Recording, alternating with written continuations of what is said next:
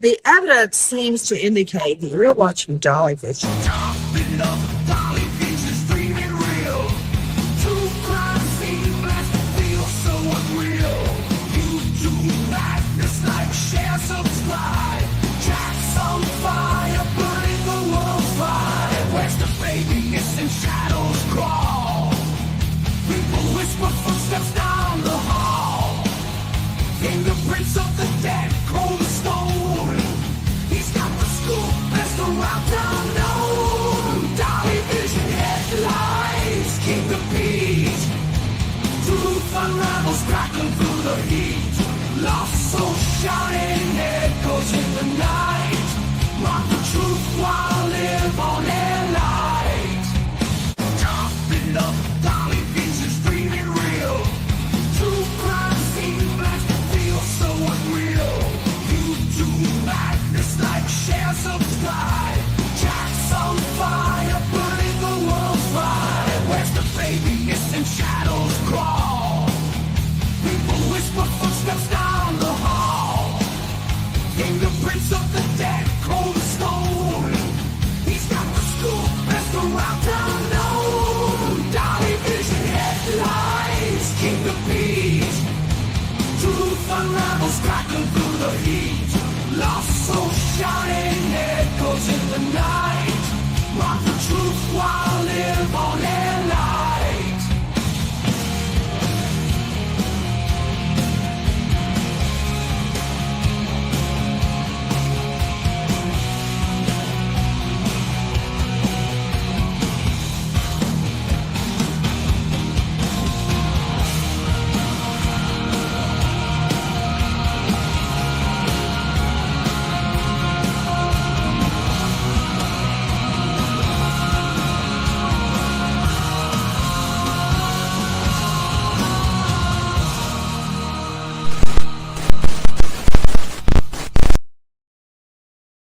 What is up, YouTube? It is Dolly back in the house, and tonight, that is right, we are talking Karen Read into confessions she has made in her new documentary series that came out on the ID network, okay? Where she admits to being drunk, not really caring too much about John O'Keefe, and she's worried about herself.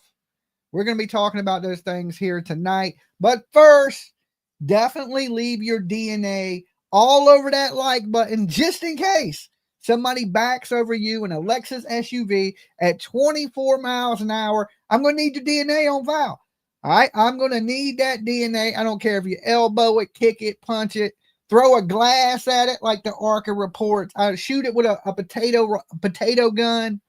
I don't care how you hit the like button, but make sure you do it. If you're brand new, make sure you sub up, ring the bell for notifications, and of course, feel free to share my ugly ass face on any social media platform you choose. Now, I know there's a lot of people in my chat or a lot of people that are subbed to my channel that believe Karen Read is innocent. Factually innocent is the word they like to say. So, you know me, I love debate and I love going back and forth with people. And sometimes I do it just for entertainment values. So, you know, I've joined a lot of these free Karen Read groups. Okay. And then I get in there and I'll troll them a little bit. Dolly likes to troll just a little tiny bit. And I like to engage just to see what people will say or to kind of determine how much Kool-Aid they may have or may not drink. I like to see if people keep an open mind and want to have an adult conversation about it. Because usually when you don't agree with some of these people, they instantly go to calling you names. You're dumb. You're stupid. You don't know shit. You didn't watch the trial. Instead of discussing it like an adult, you know, sometimes even if you discuss things, you may not come to the same conclusions as each other, but as adults, you got to agree to disagree, right? It's you know, so sometimes they'll say things that I think are just absolutely ridiculous. Like people said, you know, they were talking about things they should, you know, the defense should ask the judge. And, you know, I asked at one of these groups, I said, well, where's the blood trail?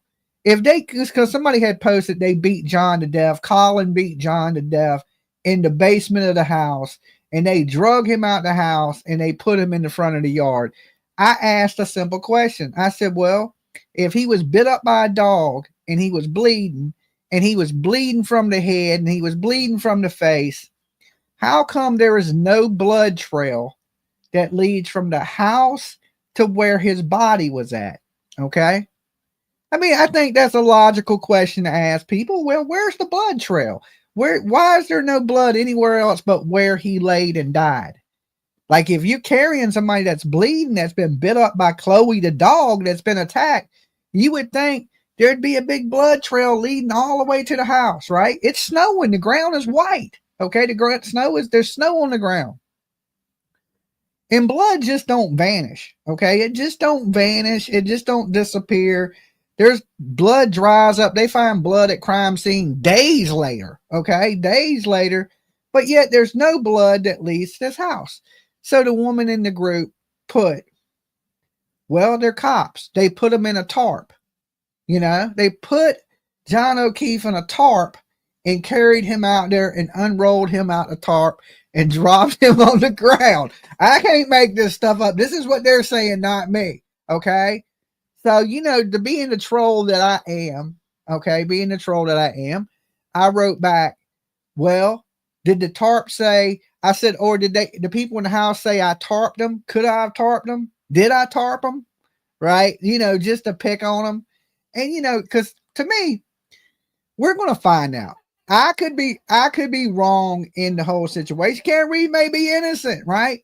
But I know one thing she's not innocent of is that drinking and driving. She's admitted it in the new ID program, right? She said she had 6 drinks. According to the witnesses, she didn't even remember going to the house, okay? You know, these people act like a tail light is indestructible. It's made of a piece of plastic, okay? I backed into stuff, broke tail lights. Tail lights get older, and some of them heat up and they break. They get pretty fragile. They'll break pretty easy, believe it or not. They act like, you know, a tail light is made of kryptonite and it can't be destroyed no matter what, okay? That's not true. That's absolutely not true. And then, you know, we get into this Apple health data that says he went up and down some stairs. Okay. Well, you know, I happen to have an iPhone, Apple Watch, and I was on a exercise bike and my watch was telling me that I went up a bunch of different flights of stairs, and I never touched any stairs that day. Okay. Cause you know, I've been going through this cardiac rehab for my heart. So you know, the big thing was when I first had my heart attack, well, let's get Dolly all this health shit. Okay. So he knows his heart. Makes me paranoid seeing it, right? My blood pressure. If I don't think about it, I don't worry about it. I'm that kind of guy, right? As soon as I start thinking my blood pressure's high, my blood pressure goes up, right? So I'm just saying that these things are not always accurate. But according to John O'Keefe's phone, his GPS, it says he was never in the house. Okay. He was never in that house according to his GPS. Now they're going to say that the Apple health data is more accurate than the GPS, which neither one of them is 100% accurate. Okay. There's no evidence, none whatsoever, even though they like to use this word factually. Okay. Factually this, factually that, factually innocent, that point to any guilt, any factual guilt of the police officers that were in the house to kill John O'Keefe. They didn't even have a motive, okay? You think all these police officers are going to risk their career because Higgins likes Karen Read?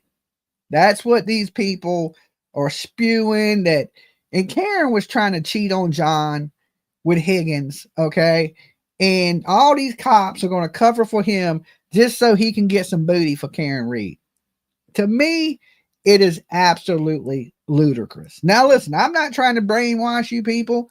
You're allowed to believe in this room whatever you want to believe. Your opinion does not have to align with mine, okay? If you get in here and you say Karen Read's factually innocent, I'm not going to call you stupid. I'm not going to call you names. I may pick with you a little bit and joke around because we wasn't there. I wasn't there. all these Karen Read supporters, they act like they were there. I'm sus of you guys because y'all seem to know everything that happened in the death of John O'Keefe like y'all were there. Okay, that's a little scary. I ain't standing behind none of y'all's cars because you might back over me at 24 miles an hour and you probably didn't even hit the like button. Okay, you probably didn't even hit the like button on this video. So there's a lot of people out here that I believe some of these people have been paid. Turtleboy, definitely paid. The Baby Gap, he's so dumb, he may not be getting paid. Okay, but I think he is. I think they're breaking him off a little bit of something too. And then you have that weird ass cult leader looking dude, Tom, and you have, of course, Rita and all these people are involved. And basically what they're doing is they're rallying the troops, right? They're rallying the troops to get people out there in support of Karen Read. And then once it becomes a thing, a trendy little thing, and then everybody's jumping aboard the free Karen Read train, and they don't want to have adult discussions anymore. They want to have free Karen Read groups. Okay, so if you go into a free Karen Read group and you go, well, Karen said, I hit him. Did I hit him? Could I have hit him? Maybe I hit him in his drunken state and he fell and couldn't get up. You are blocked. Okay, you are instantly blocked. They don't want to hear anything that has anything to do with Karen Read being possibly guilty, even if she says it. Okay, if you go, well, she was drinking, they'll go, well, no, she wasn't. She was buying them drinks for other people. But in the ID video, in the documentary, she just said she had at least 6 drinks. Okay, and they were doubles. Okay, she was drinking doubles at that. And then she said John O'Keefe took the last drink. She also said she was mad in a matter of minutes. So when you say this is an angry woman, they'll be like, she ain't angry. Well, she said she got mad in 2 minutes. In 2 minutes, she was mad. That to me, that sounds like an angry damn woman. I don't know what sounds like an angry woman to you people, but that sounds like an angry woman to me. And to see so many women support this blows my mind. Now, as a dude, I could get, I could easily see me supporting her. Oh, she's a chick. She's a pretty chick. So let me support this lady. But as a woman, supporting a woman that was cheating on her man or trying to cheat on John. Heart emoji, folded hands emoji, blessings to you and PJ, folded hands emoji, light blue heart emoji. Veronica, thank you so much. You the first one to jump on the Dolly train tonight. Choo-choo! All right. Now we got a lot of room on the train. Let's fill it up tonight. Let's fill it up. Veronica, thank you so much for being a part of the show tonight. Thank you for being here. I know talking about Karen Read is not the most popular thing on my channel. And if you wanted clicks and views, of course, you got to be part of the free Karen Read movement. But I cannot sell my soul to the devil like that. Right? There's a lot of people out here that will do things with some clicks and views. But I'm going to stand strong to what I believe and what is right in this world. And I believe that is justice for John O'Keefe, whatever that justice is. Now, if they find Karen Read innocent, then she's an innocent woman. But if they find her guilty, then I would say, hey, well, there's been some justice for John O'Keefe. It's hard to see these people out here acting the way they do while they hold signs that say justice for John O'Keefe. Now, listen, this is an easy sell to people, and I understand why so many people believe that Karen Read's innocent. I'm not just going to come out here tonight and crush Karen Read.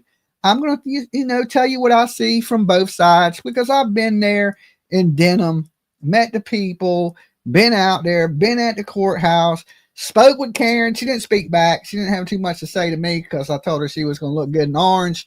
I guess she probably didn't really want to hear that. And she's more used to people saying, we love you, Karen, we love you. She probably ain't so much used to hearing Trays, somebody screaming Trays at her because she needs to get used to hearing that. Okay. And some people will say, well, she ain't going to hear that. And you may be right, right? Because money in this world will buy your freedom. We know that. Okay. We know that. I've seen people get out of prison for $3 million. Kodak Black, he was pardoned, gun charges from Donald Trump for $3 million. Why? Joe Exotic still sits in prison. Okay. I thought Joe had more money than that, but and Kodak came out and said he got pardoned. He paid $3 million. Okay, so money in this world will buy your freedom. We know that. No matter which way it goes. Balance scale emoji. And we see this lady has raised in the millions of dollars. Okay, millions of dollars, while her attorneys say they're doing this for free. Okay. Now we know the attorneys ain't doing it for free, but they just coming off like, oh, we're doing this because we're good and there's this injustice, but really they milking as much as they can a la Karen Read as they can. And Karen's talking about how she's struggling and she lost everything while she's staying in 5-star hotels, eating at the most expensive restaurants. And a lot of these women that support Karen, they're older on fixed incomes. So they ask people to skip a meal to help Karen. You know, skip a meal, skip this, donate, help Karen fight for justice, right? Well, to me, it looks like you're fighting to make that lady's pockets fat while she's out eating better than the people that are donating to her. Dolly good, justice no matter which way it goes. That is absolutely right. Now, if they find Karen Read innocent, I'll go, okay, she's innocent.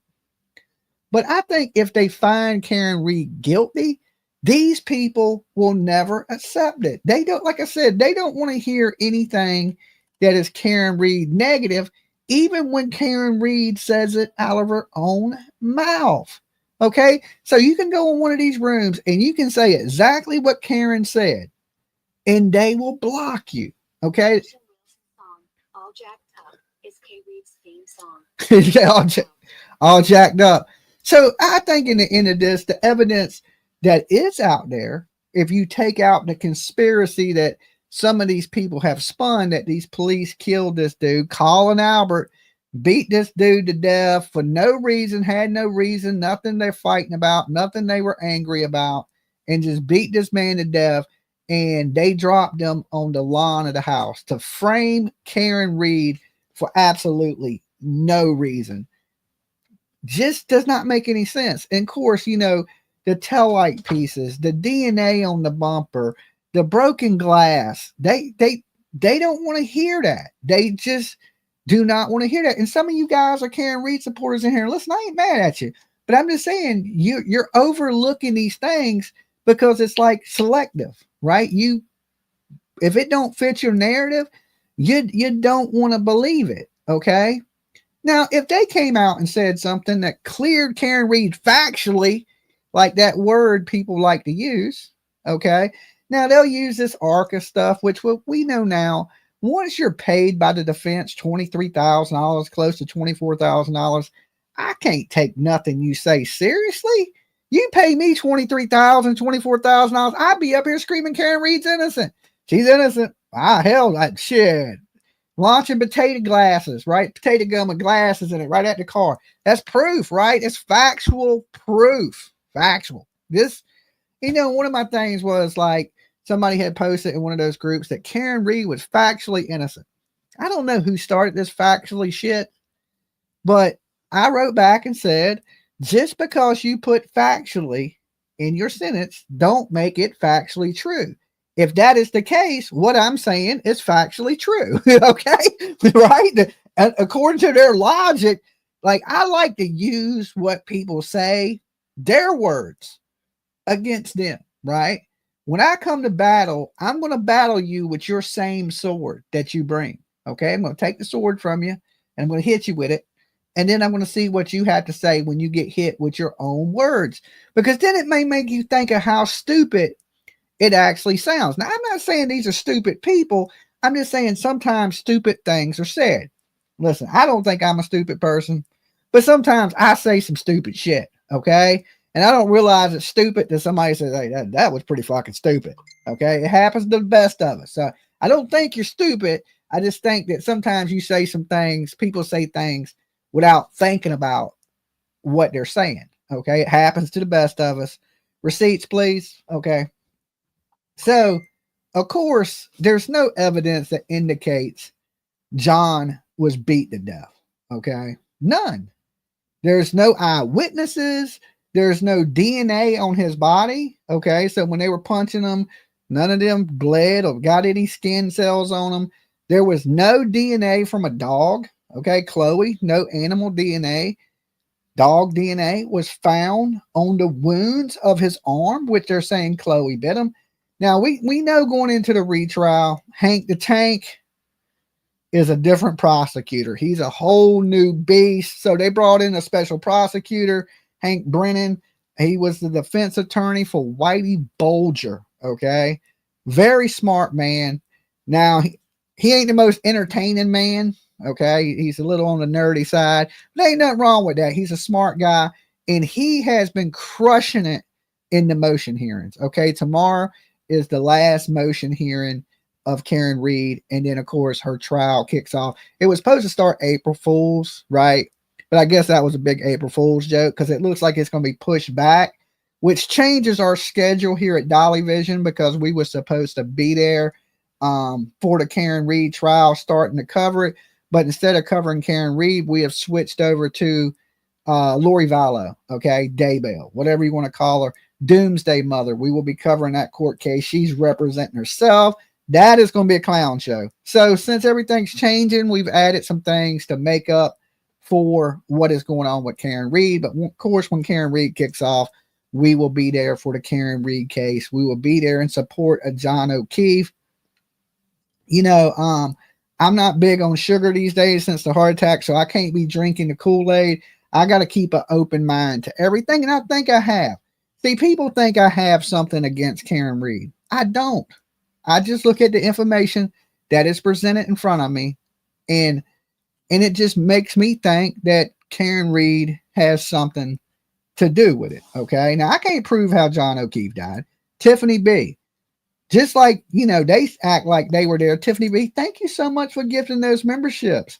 So if you got a membership from Tiffany B, make sure you give her a big virtual hug. Thank her. Thank you guys for being here with me tonight. All right. So I think more the evidence points to Karen Read than it does point to anybody else. Now, is there a little bit of evidence that's lacking? I would say, yeah. Is it a slam dunk case against Karen Read? I would say no. It's not a slam dunk case. A lot of it's circumstantial evidence, but I think it's enough there to go. The police didn't kill John O'Keefe. And in the beginning, when Karen Read was first arrested for this, for you guys with selective memory out there, Karen Read and her attorney said this was a terrible accident, that she didn't mean to hit John. That was what they were running with. Now, you know, we've had her actually taking part in intimidating witnesses in the case, right? Harassing witnesses and telling Turtleboy how to find these people, who these people are, and what to do. Now, Hank Brennan, Hank the Tank is what we call him around here. Some people call him Dank Hank, different names, right? But we call him Hank the Tank. I will have Hank the Tank shirts when I'm there in Canton, Denham, okay? People be like, well, it's not Canton, it's Denham. All right, when we're in Massachusetts, we will have Hank the Tank shirts with us. Come up and get you one, okay? I'll have a limited supply, and I'm giving them away. So make sure you come up and get the exclusive Hank the Tank shirts, all right? If that's what side you support. Now, if you support Karen Read, I will have some pink Kool-Aid for you. I don't care. I don't hate anybody, right? You could be out there loving Karen Read.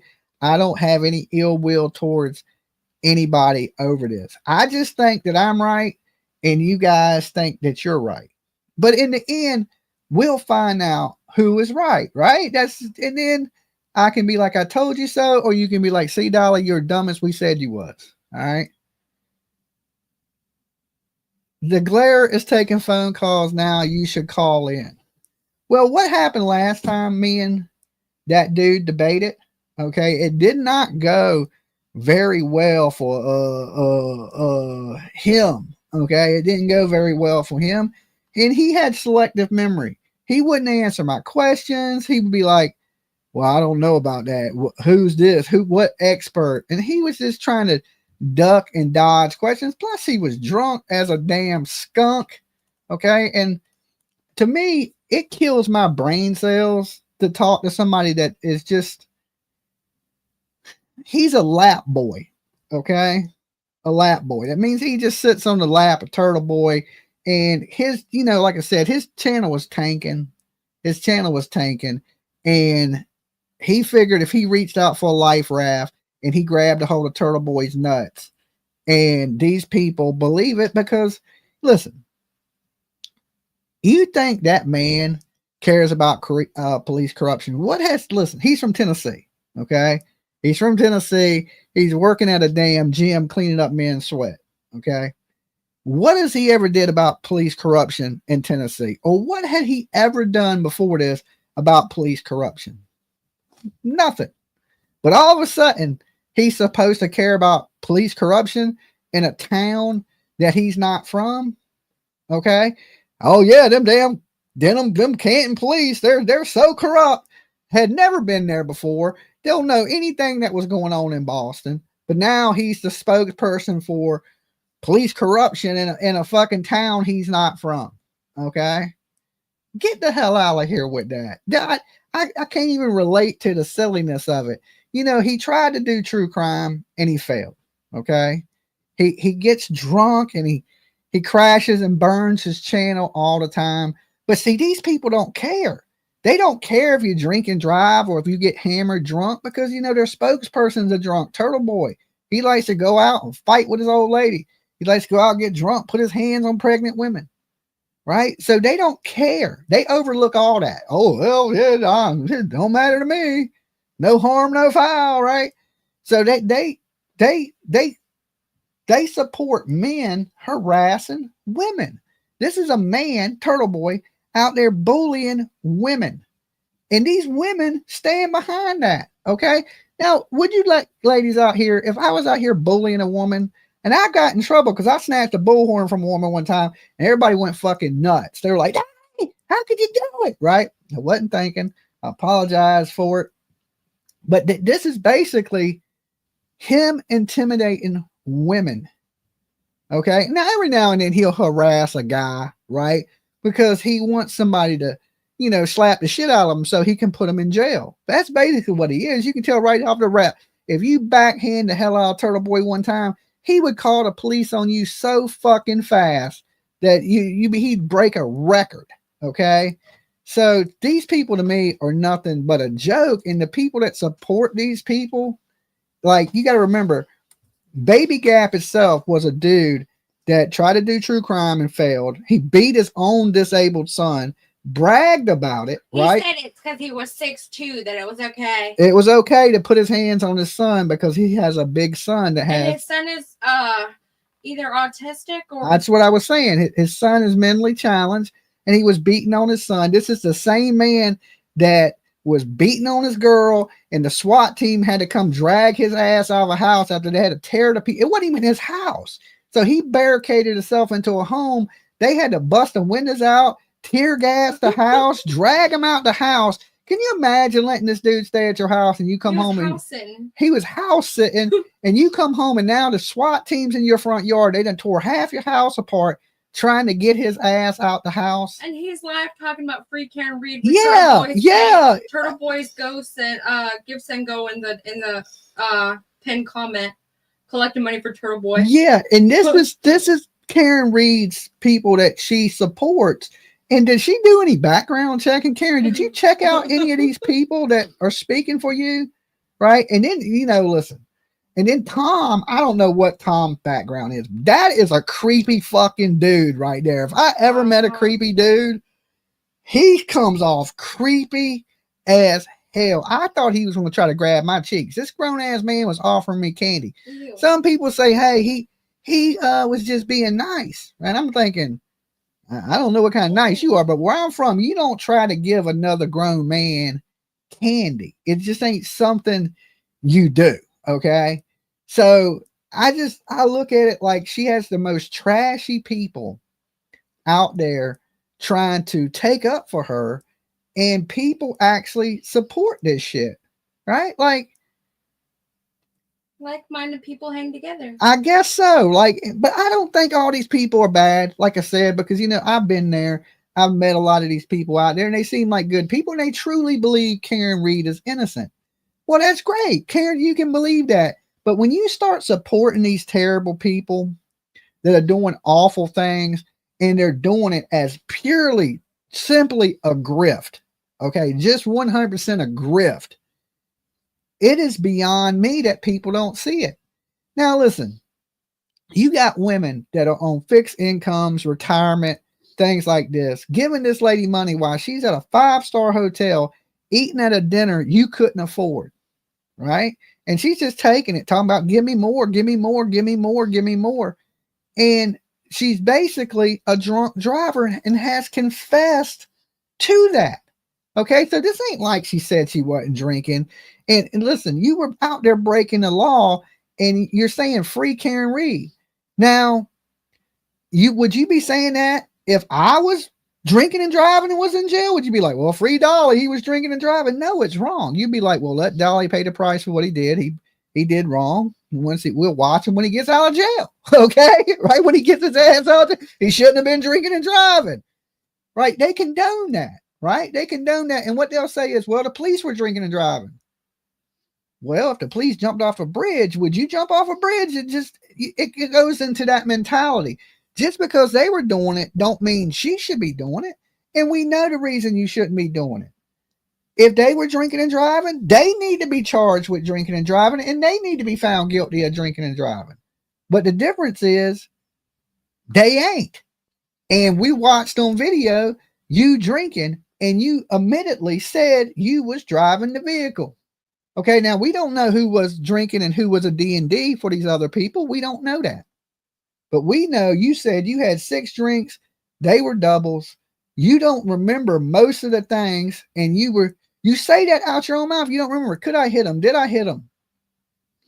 Right there, to me, you confessed. I don't care what people say. Oh, well, she didn't. Well, why would you say any things like that? And everybody's lying but Karen Read. Okay. Memphis Life, thank you so much. Awesome. Jump aboard the train with me. It's a little bumpy because, listen, a lot of people get mad at me every time I do one of these Karen Read videos. They're like, Dolly, you're calling us stupid and bad names. And I'm not calling you stupid. I'm not calling you bad names. I'm just telling you guys my opinions on things. Now, listen, I take phone calls and I listen to people's opinions for hours after hours after hours of listening to people's opinions.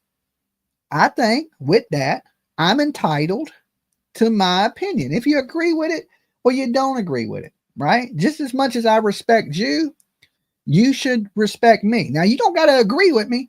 I don't run an echo chamber, right? I run a discussion channel. So the more you disagree with me on things, the more we have to discuss. Dolly, you have no clue about what the F is going on. Michelle Lynn, listen, when I open the number, you're more than welcome to call in. Okay, maybe you know something that I don't know. Okay, maybe you can fill me in on something I'm missing, because the evidence that I'm seeing points towards Karen Read. Now, I don't know if she did it on purpose, but let me tell you this. It ain't an accident, and I'll tell you simply why it's not an accident. If she was drinking and driving, that is a felony, okay? She should have knew better than to get behind the wheel of that car. So if you get behind the wheel of a car and you hit somebody, it's not an accident because you were committing a crime when you did that. There's no such thing as an accident when you're drinking and driving. You might as well did it on purpose. You knew better than to get behind the wheel of a vehicle with that many drinks in you. Now, there's nobody in here right now that can drink 6 drinks, doubles, and blow a 1.0. Okay? You just can't. Right? You can't. Anybody in here, I don't care size or not, it don't.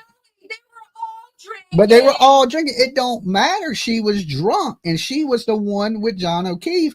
John O'Keefe has injuries that seem consistent with her vehicle, her tail light, the broken glass being on the bumper, pieces of her tail light being on John O'Keefe's body. And not only that, she tried to cover up the crime. 0.08 here.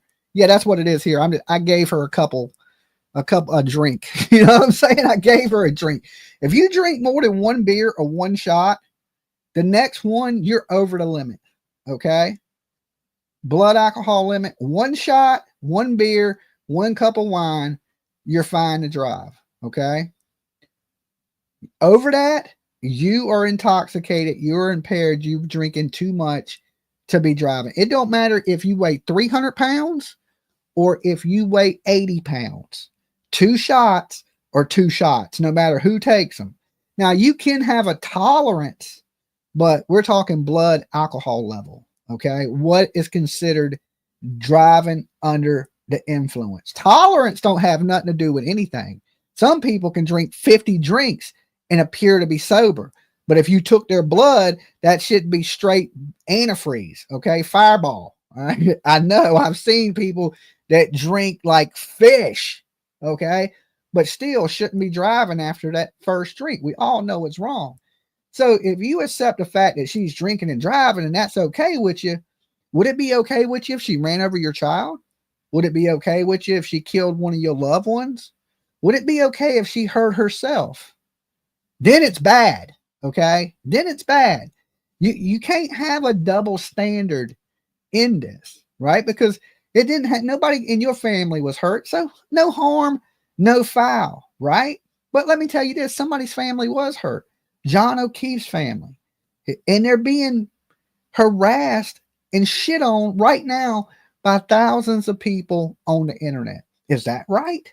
Okay, imagine if you're the mother of John O'Keefe and you're getting booed and people are talking about your family and how you're trash and how your brother's a piece of shit.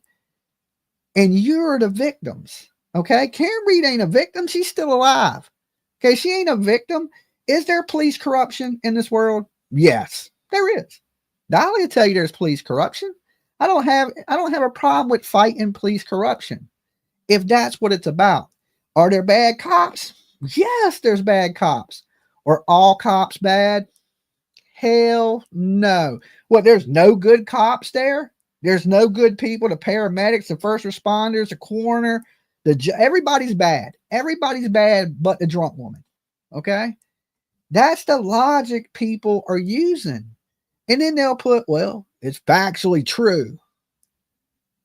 If it was true, you wouldn't have to say it's factually true. You would just say it's true.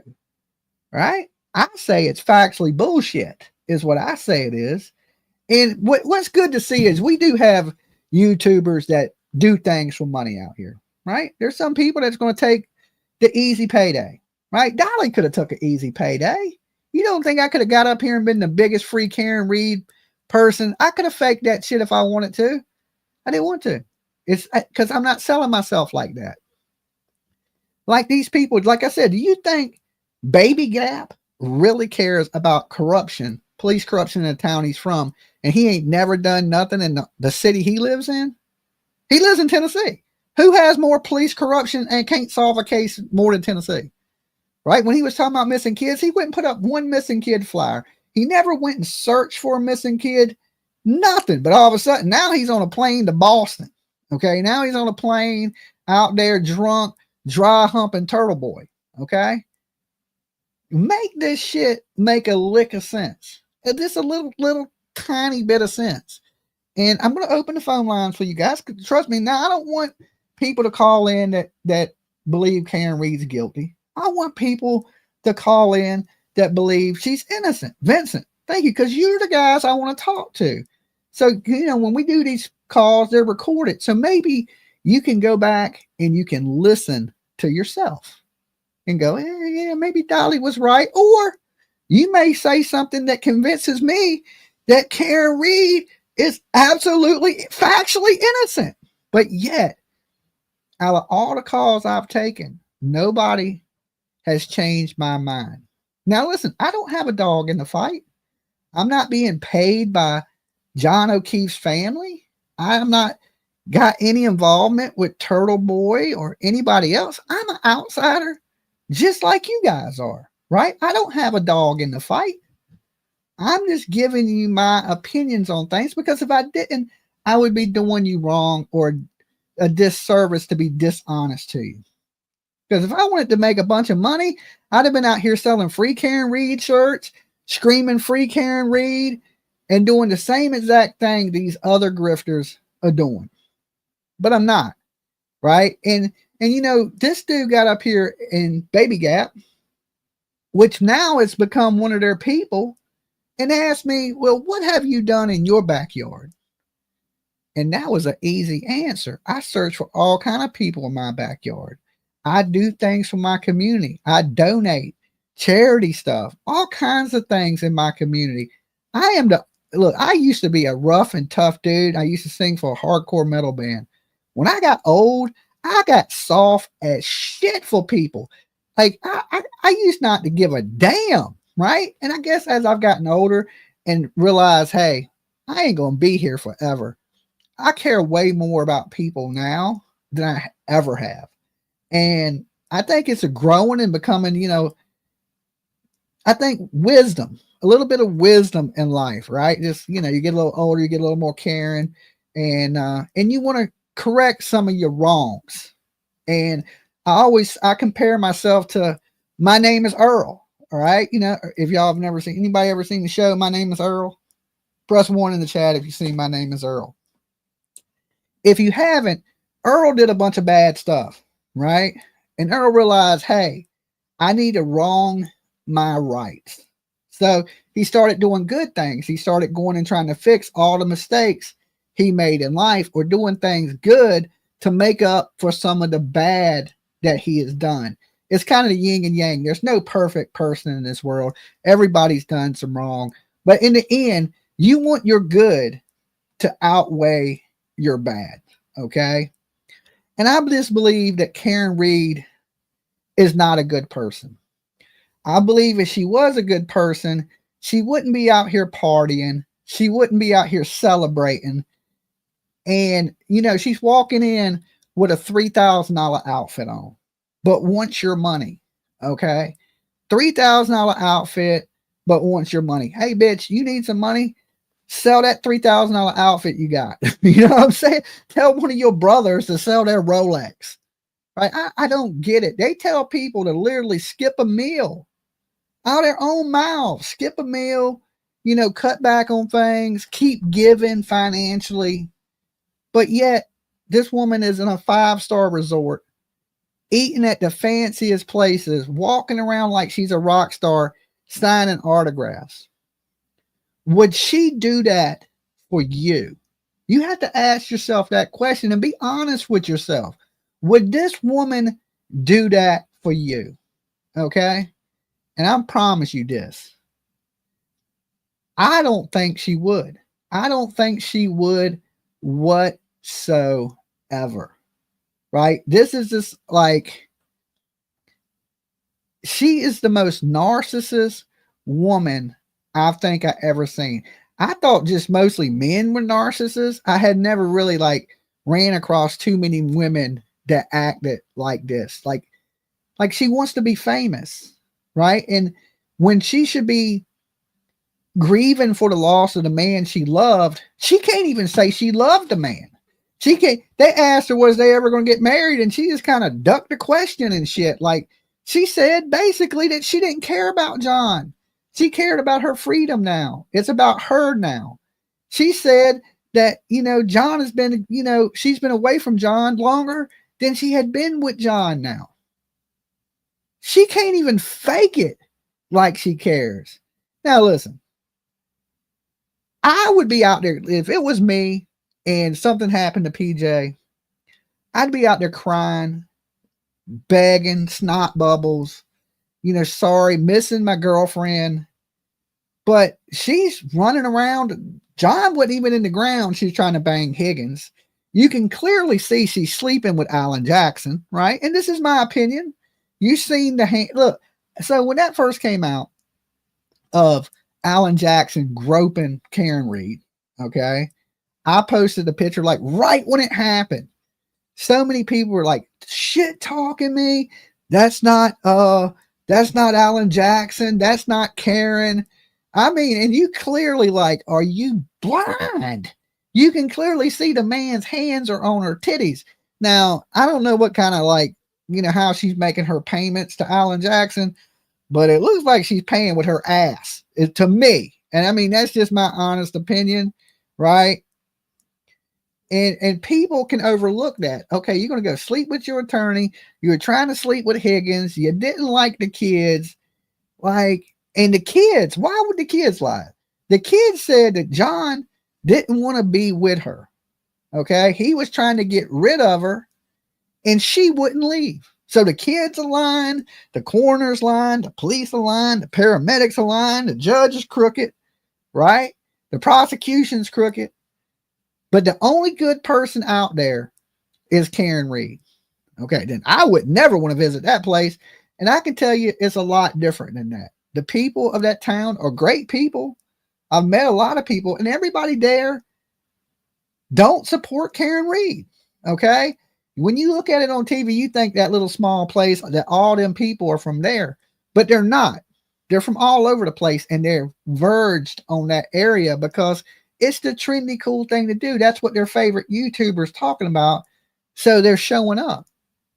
But in actuality, the support there is not the same as what you see on TV.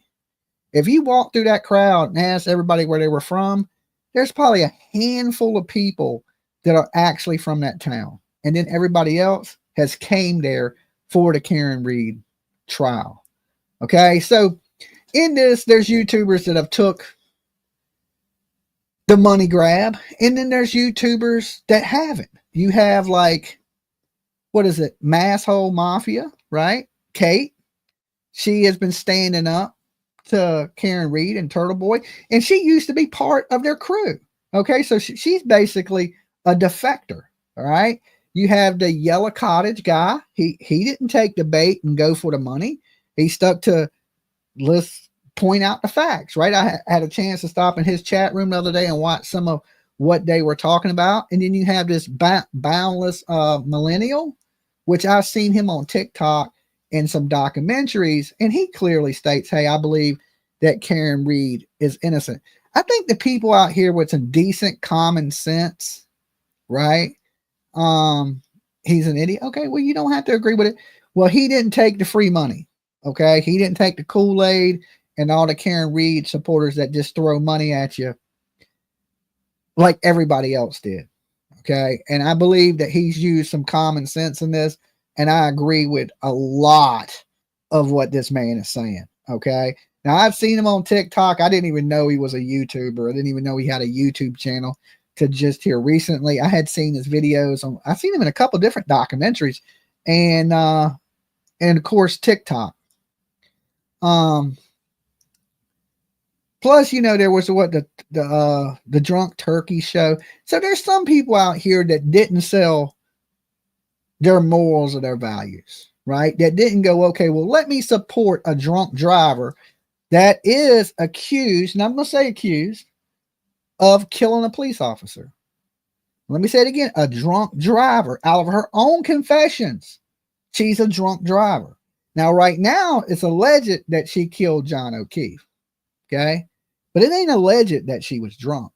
It's clear she was drunk. She don't remember everything. Everything's foggy. You know why everything's foggy? Because you were drunk. If you wasn't drunk, you would remember everything clear as hell, right? You would know what you hit. She calls her father up in the middle of the night and tells her father she hit something. She don't know what she hit. Tail light was broke. And then the worst part of it is trying to cover up the crime.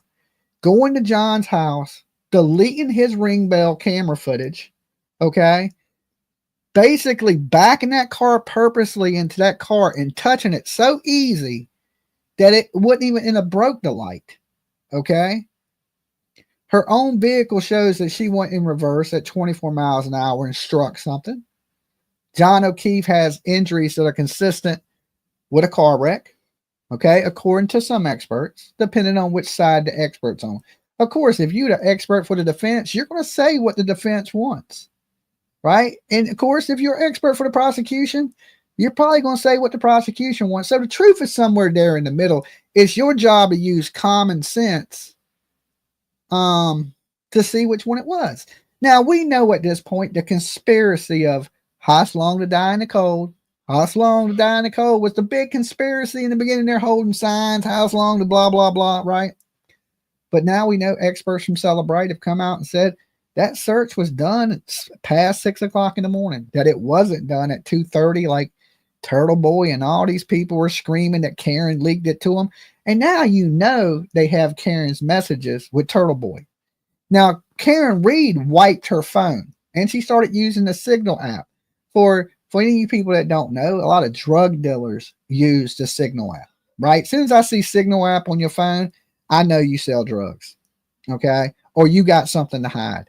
Because Signal app is an encrypted message app that after you message, it disappears, okay?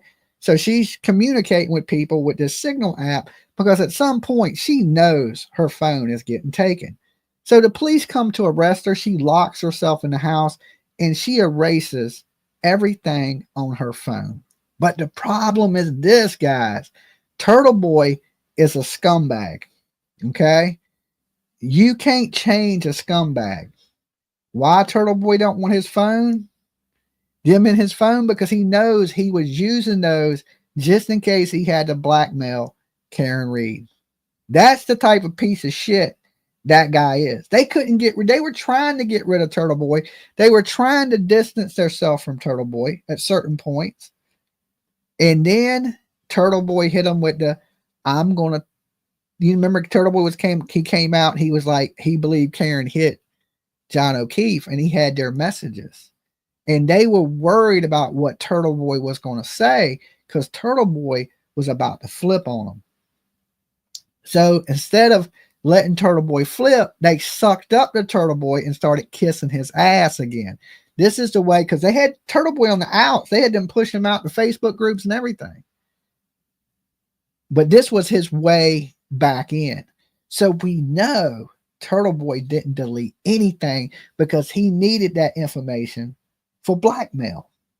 Now they have these phones, this stuff. Why you think they busted into the court the way they did, trying to stop Hank the Tank from bringing up what was in that phone? Because they already know what's been said. Now they just want to be able to use it in court. So this, and not only that, just another thing that's going to doom Karen Read in court is they got dog impressions from Chloe. Okay. They're going to show the distance in her teeth could not have made the wounds that are on John O'Keefe's arm. So you have no Hoss long to die in the cold. You have no Chloe attacked him. You have GPS that says he never made it in the house, right? You got vehicle data that says Karen Read did 24 miles an hour in reverse, struck something, right? You got taillight fragments in John O'Keefe's clothes. You got Karen Read admitting that when she found him, she pulled a piece of glass out his face. You got Karen Read's actions. You got her behavior. You got the fact that she tampered with evidence. You got the fact that she harassed witnesses in the case. And just for the kicker, 85% of people that are retried the second trial are convicted. So that means she only has a 15% chance of walking, okay? And that's without all that evidence. 15% chance.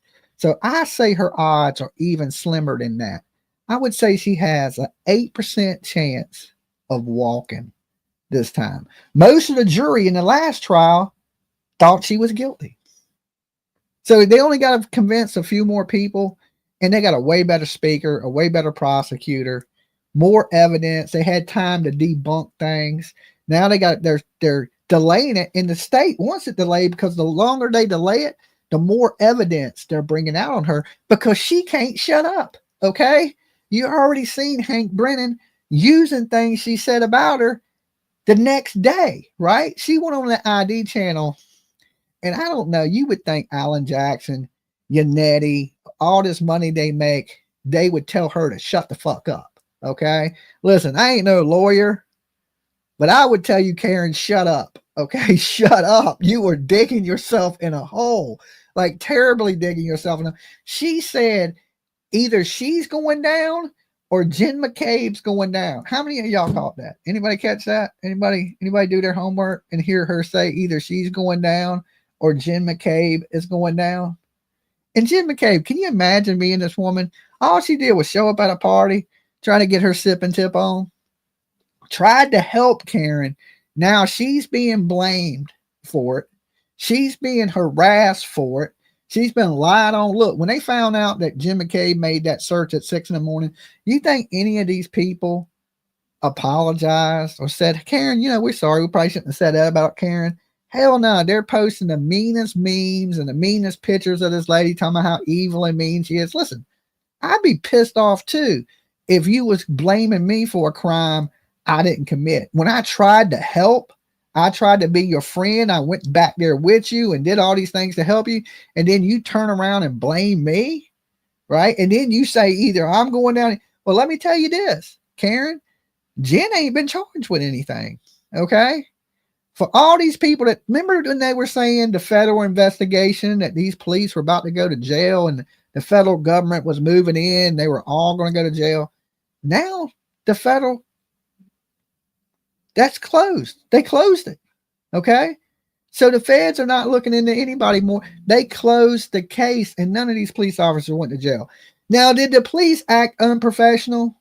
Yes.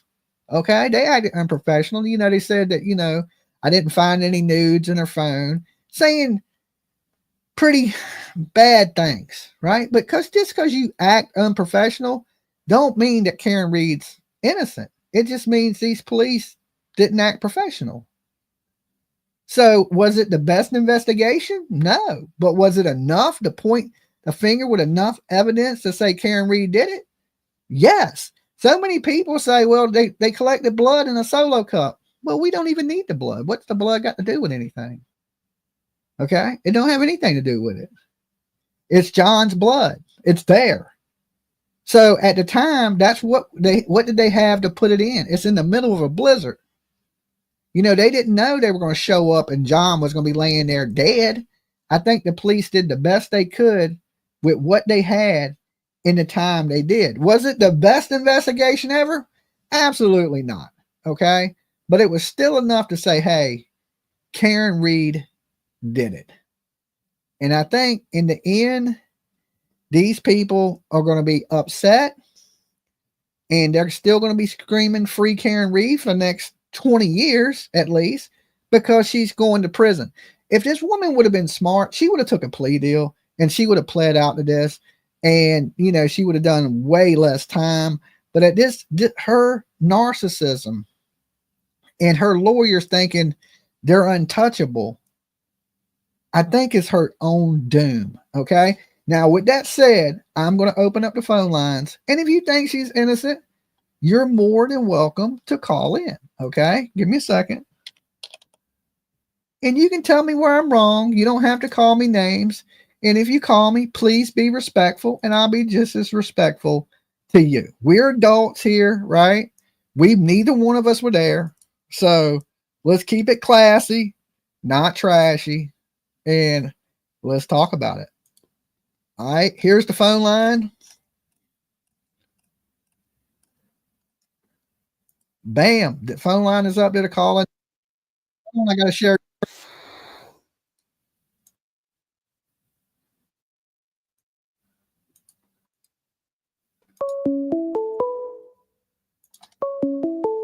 Dolly. Hey, Dolly. Hey, Rose. How you doing? Did you hear me say if you think Karen Read is innocent, call in? Yes. Okay. You think Karen Read's innocent? I didn't call in to say she's innocent. That wasn't exactly your question from my view over here in my big screen TV. Okay. Well, I said if you believe Karen Read is innocent. Oh, shit. I just hung up on you, Rose. My bad. I didn't mean to hang up on you.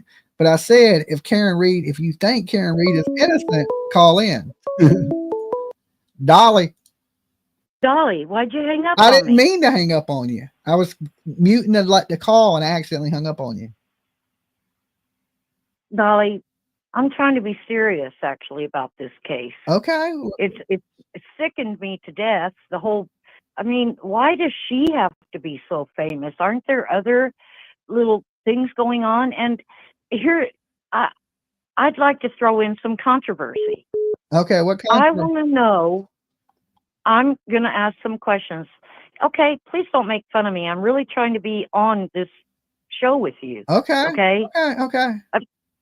And laugh with me, not at me. Well, I'm But, trying to get the people that think she's innocent a chance to call in, Rose. Is what I. Well, when I'm done, they're welcome to do that. But I might answer a lot of their questions. Okay, go ahead, Rose. If you'd give me a minute. I want to know, first of all, how come the people in her area, the Boston, Mass, think she's innocent? Because that's where it seems like most of the Kool-Aid is coming from.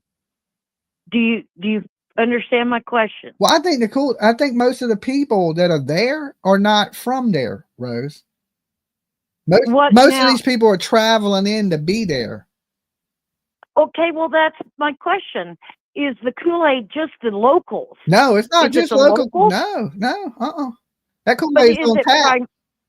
But did it get started from the locals?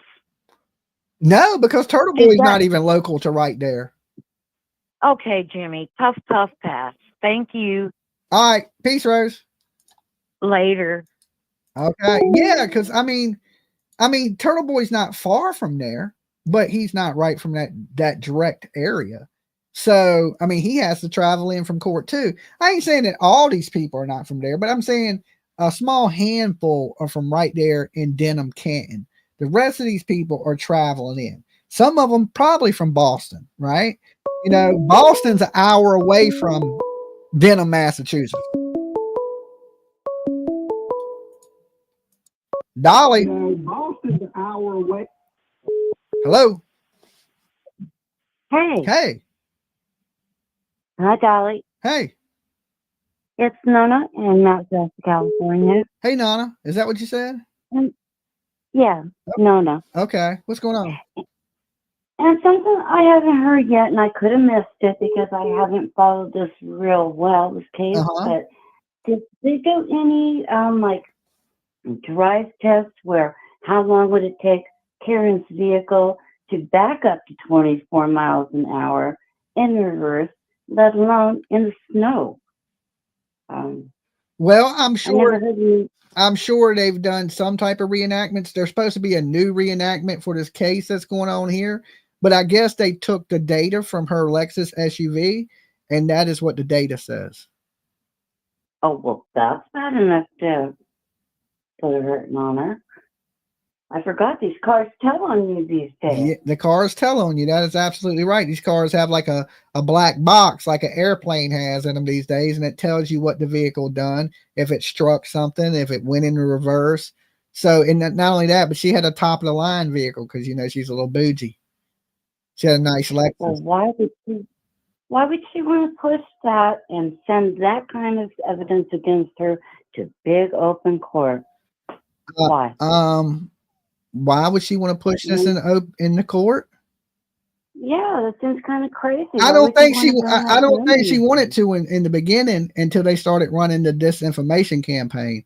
And then once they started doing that and harassing witnesses and building a conspiracy, which they did a real good job of doing because so many people believe it. I believe that's when she was willing to go, okay, let me take this to court and try to fight it. Because I think she's lied so much, she's starting to believe her own lies. And that goes to the narcissist that she is. Yes. At this point, it could be very confused. It's been a long time. I mean, it longer ago, it don't change anything to me. I mean, the evidence points to her and it don't point to anybody else. Factually. Okay. Factually, the evidence points at her and nobody else. The conspiracy. Just gets her longer to believe her own story. You know, I mean, if you're into conspiracy theories, then yeah, you could say that they beat up John with no motive and this Colin kid did it. But where's the blood? Where's the blood trail? What's the motive? And they don't have any of that. Their shit don't even make sense. It's silly to me. And in the first trial I didn't even know Karen Read was on trial. It was all conspiracy. But Hank the Tank, even in these motion hearings, he has shot that conspiracy so far out the water that this next trial is not going to be like that. It's going to be like Karen Read's on trial instead of the police being on trial. The police were on trial last trial. This trial, Karen Read is going to be on trial. Whole different game. Well, good. It's the way it should be. Yeah. Just facts, you know? Yeah, I mean, and he's showing that all the dude does is win, win, win, no matter what. He's been crushing in these motion hearings. Well, good. Let's get it done and over with and Karen Read and move on. All right. Well, you be good. It was good talking to you. All right. Take care, guys. All right. Bye-bye. All right. Peace. All right. Let's get some of these people up here that believe Karen Read is innocent. I want to have a good Karen Read discussion. So I need you innocent Karen Read people out there to call in. Let's chop it up. Okay.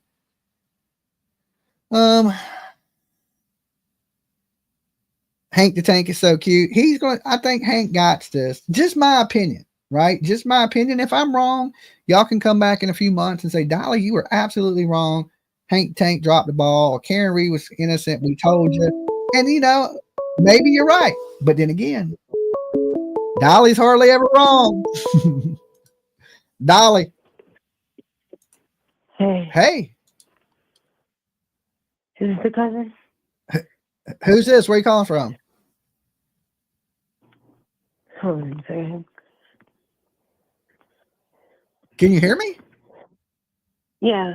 All right. Who is this? Where are you calling from? This is Jackie. Who's this? You called me, didn't you? You don't know who you called? I called Train. Bye. You called who?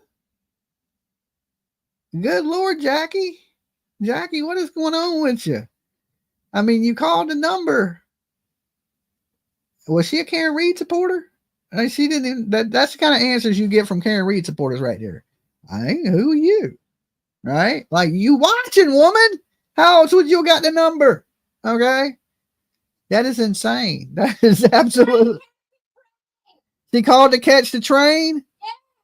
Oh, okay. I don't know what train this train's moving in reverse at this point at 24 miles an hour. Don't get hit. Dolly. Hey, Dolly, what's going on? What's up? Who's this? Where you calling from? It's Anonymous. Anonymous. From the East Coast. You from the East Coast? What's up, Anonymous? You know, in the beginning with this whole thing, I was in the middle. Uh-huh. I didn't lean on any side. But it all dates back to what her father said in that interview. That's the case right there. What, did she hit something? He said that she told him that she felt she struck something. Yeah. I mean, now that's out of her own mouth. But if you tell that to Karen Read supporters, they don't want to hear that. You cannot tell a Karen Read supporter what came out of her own mouth, or you get blocked. Here's the thing: felt, struck. That's acknowledging of hitting something twice in one instant. Uh-huh. The driveway footage shows only one highly suspicious point of contact. Only one. So that means before 5:08 a.m., before she was pulling out, she knew she hit something twice. Yeah, because she had to orchestrate some type of explanation to come up with the right taillight. But here's another thing, though. Here's what I think what really happened is when she pulled in. Now that docuseries, I'm just gonna say that she has no one to blame but herself. I know. Why would you, as a lawyer, why would her lawyers let her do that? Why would they let her do that? Like, it was damaging. It didn't help her. If anything, it was damaging. And the thing is, she said it. It came out of her mouth. So that's gonna doom her. But here's what I think what happened after she left.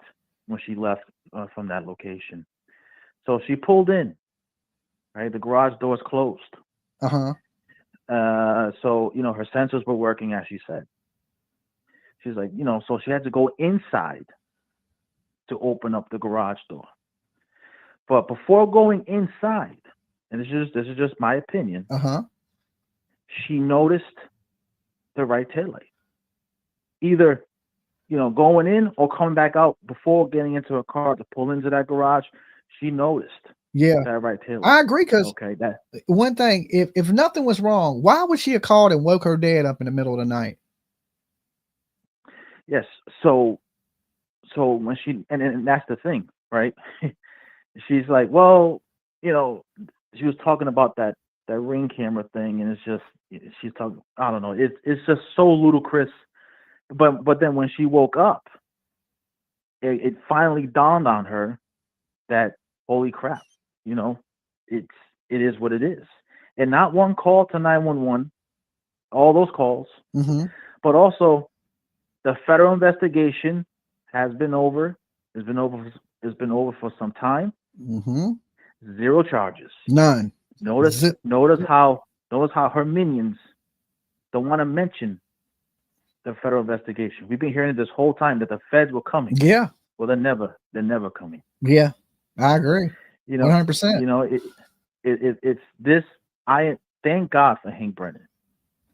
He is not leaving no stone unturned.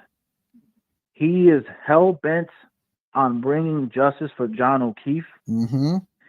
and I can't wait. I cannot wait for this moment.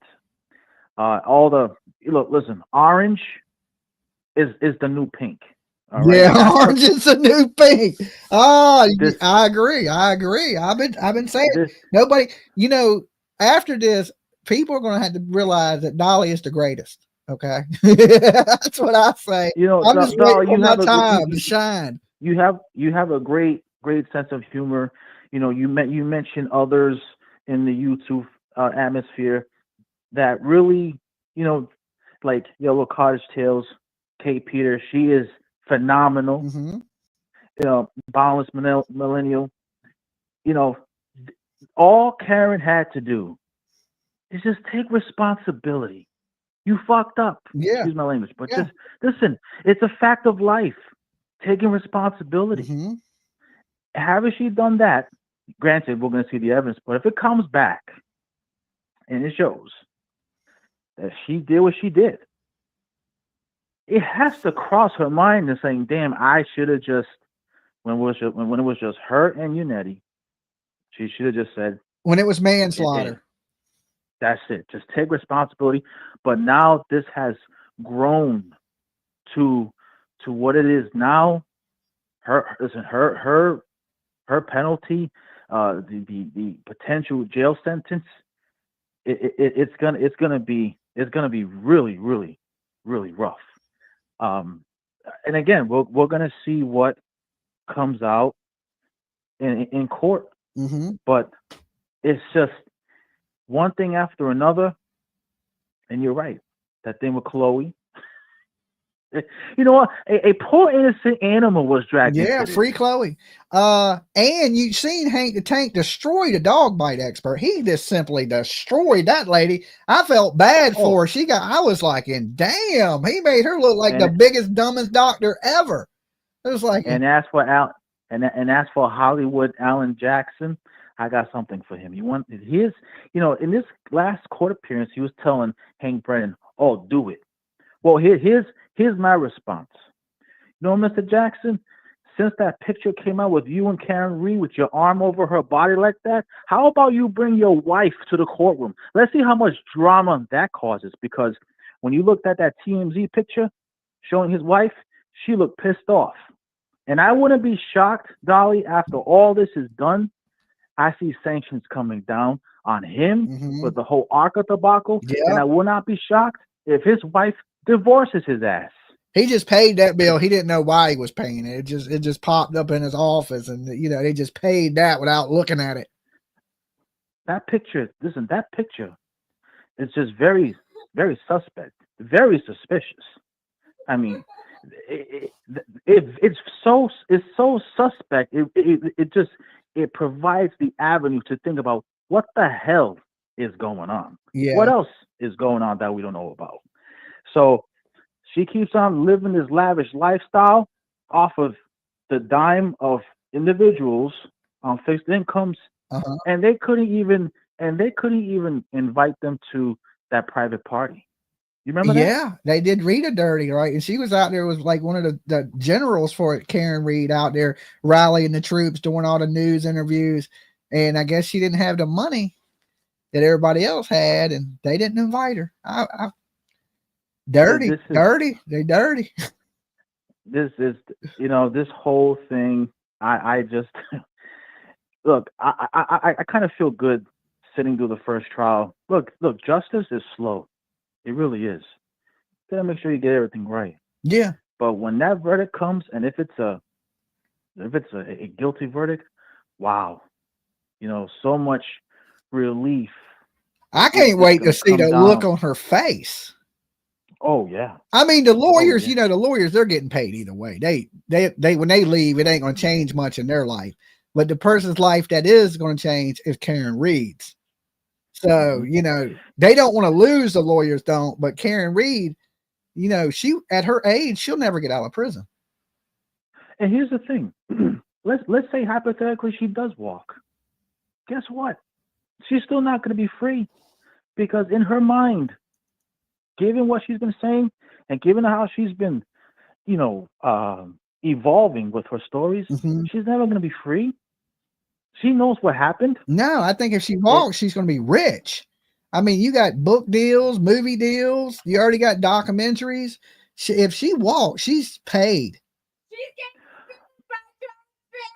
Oh, and she's getting sued by John's family. But just because she's getting sued, they still have to win too.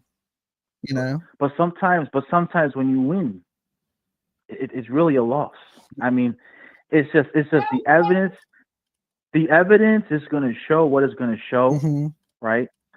And we will find out what's going to transpire. But that Batman and Robin movie. Which one? With Poison Ivy and Mr. Freeze. You know at the end when Poison Ivy's in jail and she's plucking that flower saying he loves me not. Yeah. Well, that's going to be her. And it's a high possibility, a very high possibility of her being incarcerated. And the thing is, John did love her, but she didn't want to leave. And that's the big message that I'm gonna leave with you tonight and for the audience. Okay. Whether you're a man or a woman, whoever you're with, if they tell you that it's over and you know it's over, don't stick around. Yeah. Respect the wishes and move on. Absolutely. Amen to that. And the last thing I'll say is, when she left her house to meet up with John to go bar hopping, leaving there to 34 Fairview, and then back to his house, right, without him, who was the only person that drove the car, Dolly? Her. Exactly. And we're talking about a damaged taillight and his DNA on her bumper. Yeah. And she was the only one Let me ask you that this. drove the car. Let me ask you this. Have you ever scratched your head on a bumper?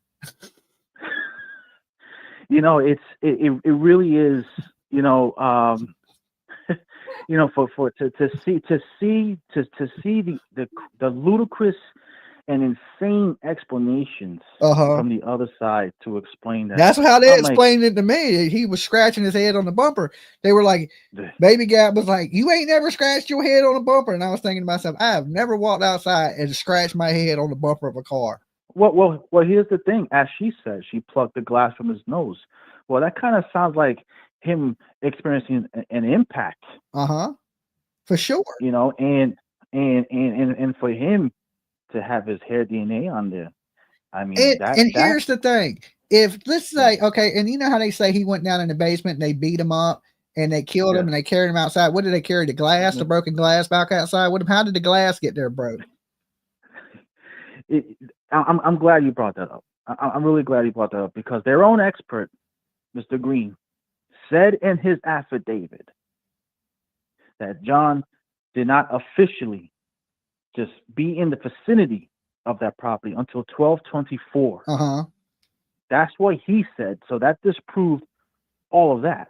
And look, when you have the Apple Health, I never owned one of those, but the way they explained it, it's like this: if you have your phone on you, and you have your that watch on, both devices should coincide with each other to confirm the location. But his phone never moved outside in that location.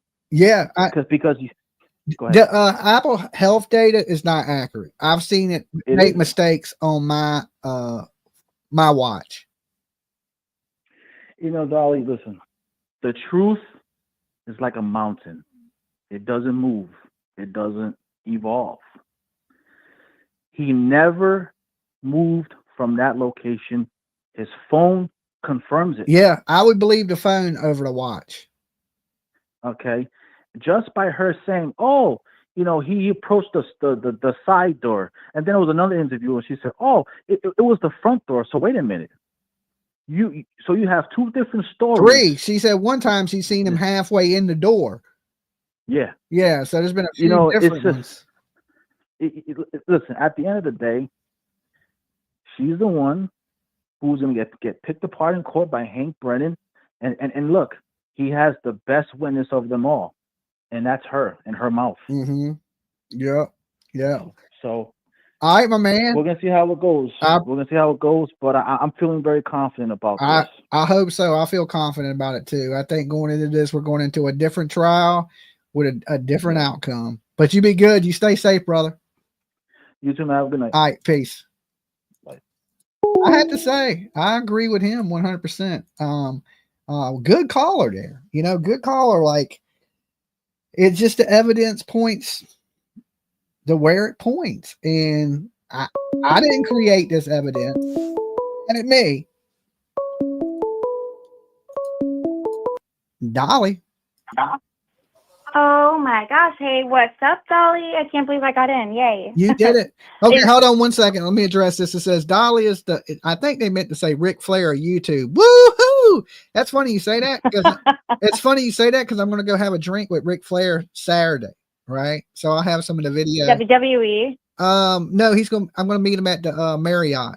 He's going to be at the Marriott. Who the heck? Wait. Oh, I don't know why I just said WWE. He was on WWE a long time ago. Like Monday Night Raw. He's having a sip and tip at the Marriott, and I'm going to the sip and tip to meet Ric Flair this weekend. Oh my God, how fun. I remember I heard it either on your channel or on the Turtle channel. That's super sweet. Yeah. Woo! I sound like an idiot just saying WWE, but he was on Monday Night Raw like a long time ago. Yeah. Good old Ric Flair. Okay, who's this? Where are you calling from? All right. This is Carrie from Southwest Florida. Hey, Carrie. So I have a few things. So I wasn't in on this. I research and I'm in a lot of different kind of cases. And then I have a client who, she used to be a state attorney, and she married a guy, her husband, who is a defense attorney. So she was gung-ho about this Karen Read case. I'm like, girl, I can't be watching these streams for like hours and hours, but I somehow, of course, got sucked into it. And I watched the last trial, like the mistrial, right? So, and I'm very analytical and I love researching and stuff. And I have a lot of questions. Okay. So I'm not saying she's innocent. I'm not saying she's not innocent. If that makes any sense. Yeah, so I mean, I don't know if I have all the answers for you, but I'll try to answer what I can. Yeah, no. But I just want to like shoot like shit with you and like throw it out there, and see what you think about it.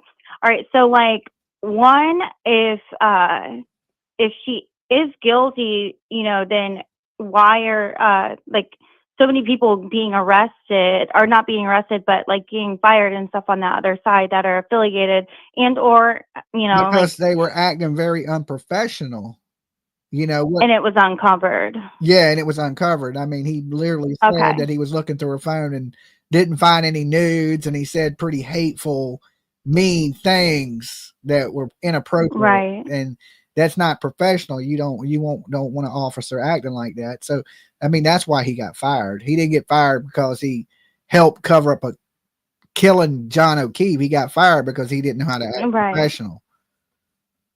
So, like, I don't have a notebook in front of me, so this is going to be very random and not in chronological order or anything. So these are just coming at me as I'm like, because I Okay. can't believe and you answered. That's Okay, cool. so here's another thing. Like the judge, she did that now she's a judge again, but like there's documents that she has Airbnbs that a lot of these officers and people affiliated with this case have stayed at her Airbnbs and stuff. How is that like okay? Just weird things, that I picked up on my research. Well, if you stayed at her Airbnb, you're not on trial. You're not being charged with anything. So she's not judging over you, So Yeah. I would say if you was being tried on a trial and you stayed at this woman's Airbnb, you would be a conflict of interest and that judge should step down. But if you're not being tried and you're not being charged with anything, then I would say that's the difference. Like if these police were being charged with something, they put them in front of a judge where they've been paying you, then yeah, you need to be in front of a different judge. But that ain't the case because Karen Read's on trial. They're not. Right. These are just like I said, like yeah. things. So I think that's the difference in my mind, Right. Thank you for answering these. I know like some questions I don't even know, like but it maybe in people in chat or somebody who's listening, they might have the answers. So, so another thing is that like whenever she was backing up that morning, and she hit that car, and now that you guys mentioned it tonight, I think that could have been intentional, or it could have been like, oh shit, where's my boyfriend? Or I don't know. But regardless, I watched like in slow motion and everything when her truck like pulled away, that light was not busted. And when they put it in the Sally port, I don't know that. I don't know that to be true right there. I think it's really hard to tell if it was busted. You saw the video? I seen her hit the car. It did move the car forward a little bit. But she barely. I couldn't find that though. I couldn't see the car move forward. Yeah, it moved forward. I agree with people that say it moved forward. It did because of the snow, because of the snow tire in the back. Well, she bumped it, and the car did move forward a little bit. Right. But here's the thing: if she broke the taillight there, why ain't there no taillight pieces there? And glass. Right. Yeah. So the glass would have been there. She broke that taillight prior to that. And then when she went in the house, she called her dad and told her dad she hit something. Oh, that's why there's no glass there? Because there's no taillight glass there. Because it didn't break there. That's why there's no glass there. Oh, okay. Now I get it. Okay. Yeah. But go ahead. So then she called her dad. Then she calls her dad and tells her dad she hit something. And then when she goes back out, we see the video of her purposely backing into the vehicle. So I believe she did that to cover up the fact. Like, if you came home, why would you call your dad at 1 o'clock in the morning? Wait a minute. You just made me think of something. Her parents had her car for a day before it was taken into custody into the Sally port. Okay. But was that tail light replaced? Because that tail light was on camera intact at the Sally port. No, the video was flipped around, inverted at the Sally port. So you're really, remember they had that big deal about the video being flipped? Do you remember that? Yeah, I do. Actually, the tail light that was actually broken was on the other side. So okay, so it was broken in the Sally port. Yeah, it was broken, and the pieces were on John O'Keefe's clothing, and they were found underneath the snow. So, like, could they have planted it underneath the snow with the media there and all the people at the crime scene? To me, it seems. Yeah, I didn't know it was found on his clothes. Yeah, it was found on his clothes. What I thought is the glass from his cup. Yeah, that was found there at the scene too. The cup. As a matter of fact, in the interview that Karen did on ID, she said she actually pulled a piece of the glass out of his face. And when she did, blood squirted out. What, that morning when she jumped on top of him? Yep. She said. I see. I didn't watch the ID. I didn't watch those because I didn't want to. She said some pretty incriminating stuff in the ID interview. She admitted that I didn't want to. She admitted she was drinking. Yeah, she admitted that she had 6 drinks. They were doubles, right? She was pouring her shots into the drink because she was getting a drink and a shot at a time and pouring the shots into it. She admitted it, that the night was foggy in the first few days. She thought to herself, did I hit him in his drunkenness? And then, you know, some people find her interviews and say, well, there's no way I could have hit him. I knew I didn't hit him. And then you play the one she did the other night, and it's like, I thought in my drunkenness, I may have hit him and he fell and couldn't get up. She said it in her drunkenness. You know, so she admits that she was drunk. She admits that she was drinking and driving. Well, then she's screwed. She's completely screwed them. I don't like, sometimes I don't watch certain interviews. So I don't want to I don't want to mess up like what my research is in my head and make an opinion on it. So that's why I haven't watched them. But I did know she did come out with one, I think, during the first mistrial.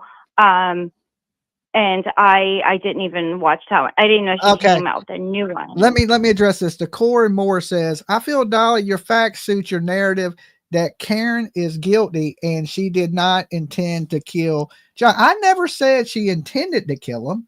I just said she killed him. I mean, I don't know if she purposely did it, if she accidentally did it. I just know this. You shouldn't be drinking and driving, because what could happen? You could hurt yourself or you could hurt somebody else.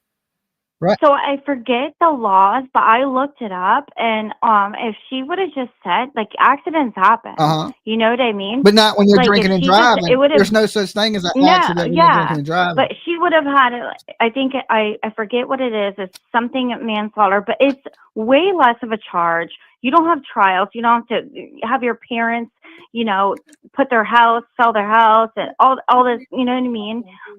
And you can just say that you possibly have done something wrong, like, you know, and then, but now it's going to be what are charges going to be?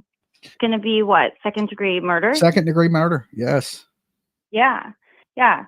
So just a couple other things that I just, cause I like to, I stay on until I know all the facts. But the thing, I can't have the explanation of these arm things, because to me, that are canine teeth. I don't understand why. No tire can do that to the arm. I don't understand the arm thing, unless he, like, you know, I don't understand it. I think if you look at people that had taken the pieces of the tail light and overlaid it to John's injuries, that the tail light matches the injuries to his arm.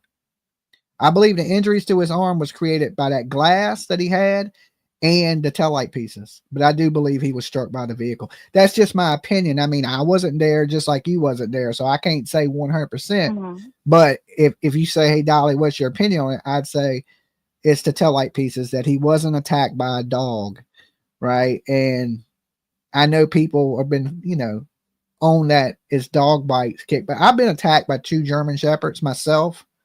And that's terrifying. Yeah, I have. I was hooking up a hot tub when I was doing electrical, and the guy had rescued 2 canine police dogs, and they were in his garage. And I guess he didn't see me coming through the fence, and he came out the garage at the same time. When he did, the dog shot past him. It was actually 3 dogs. It was 2 German Shepherds and a Doberman Pinscher. But the Doberman Pinscher didn't attack me. I was more scared of the Doberman, believe it or not. But because they're fast. The 2 German Shepherds ran up instantly and started attacking me. Right. So I'm trying to kick one and the other one's just biting the shit out of me.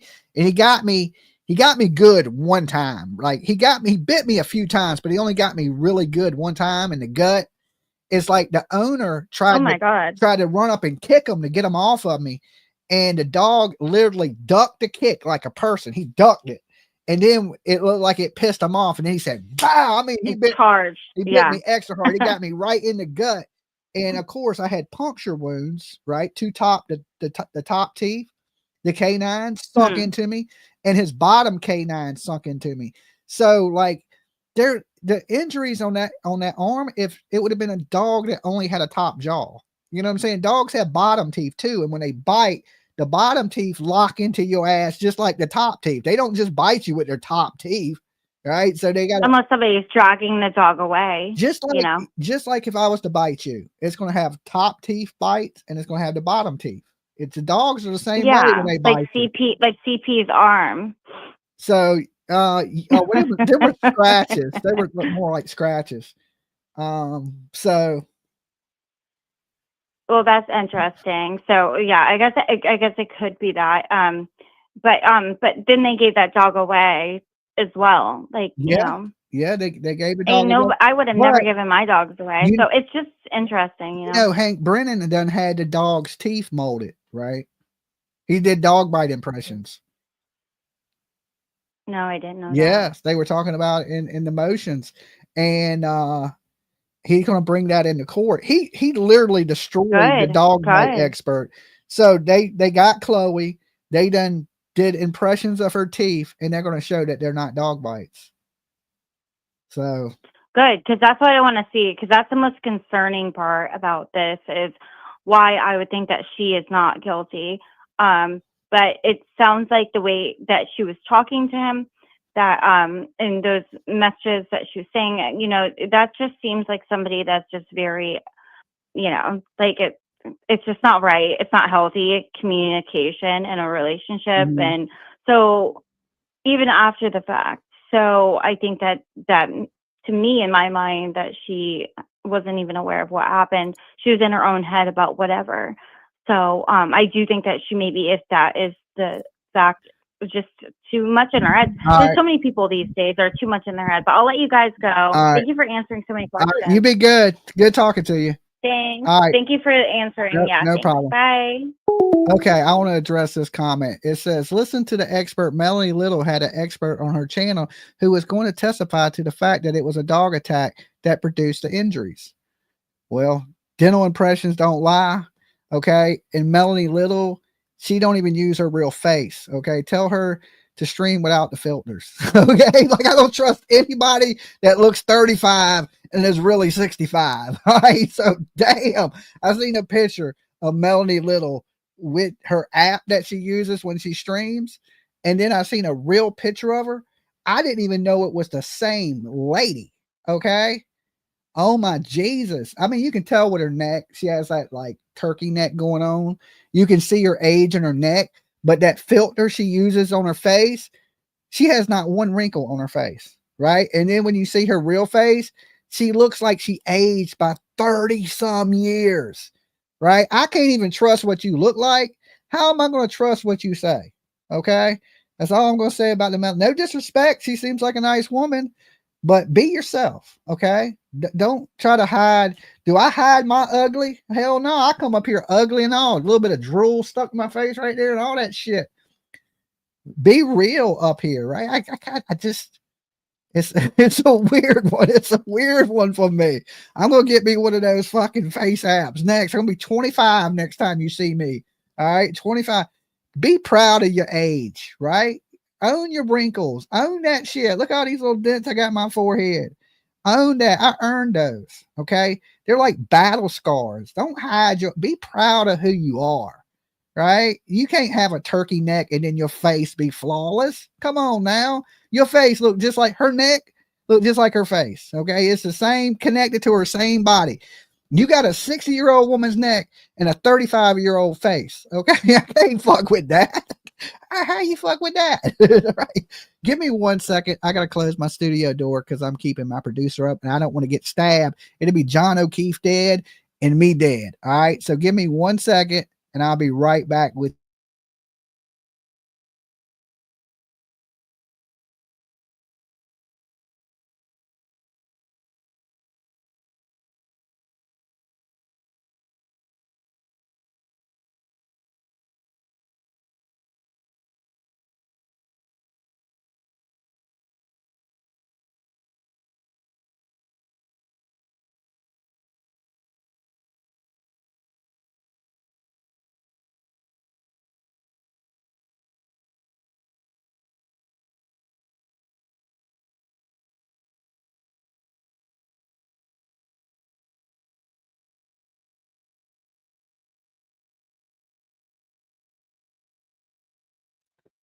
I was like, holy facelifts, Batman. Holy facelifts. Okay. No disrespect to that woman. I'm sure she's a sweet, nice lady, but you know, own it. Someone called in. Okay, let me open the phone lines back up. Okay, so everybody that's called in, it's kind of been Karen's guilty-ish. Okay. All these people that was like, I'll call in. I think she's innocent. I haven't heard from none of you guys yet. Where y'all at? Dolly's going to be nice to you. I'm not going to be mean. I may disagree with some things or give my opinion.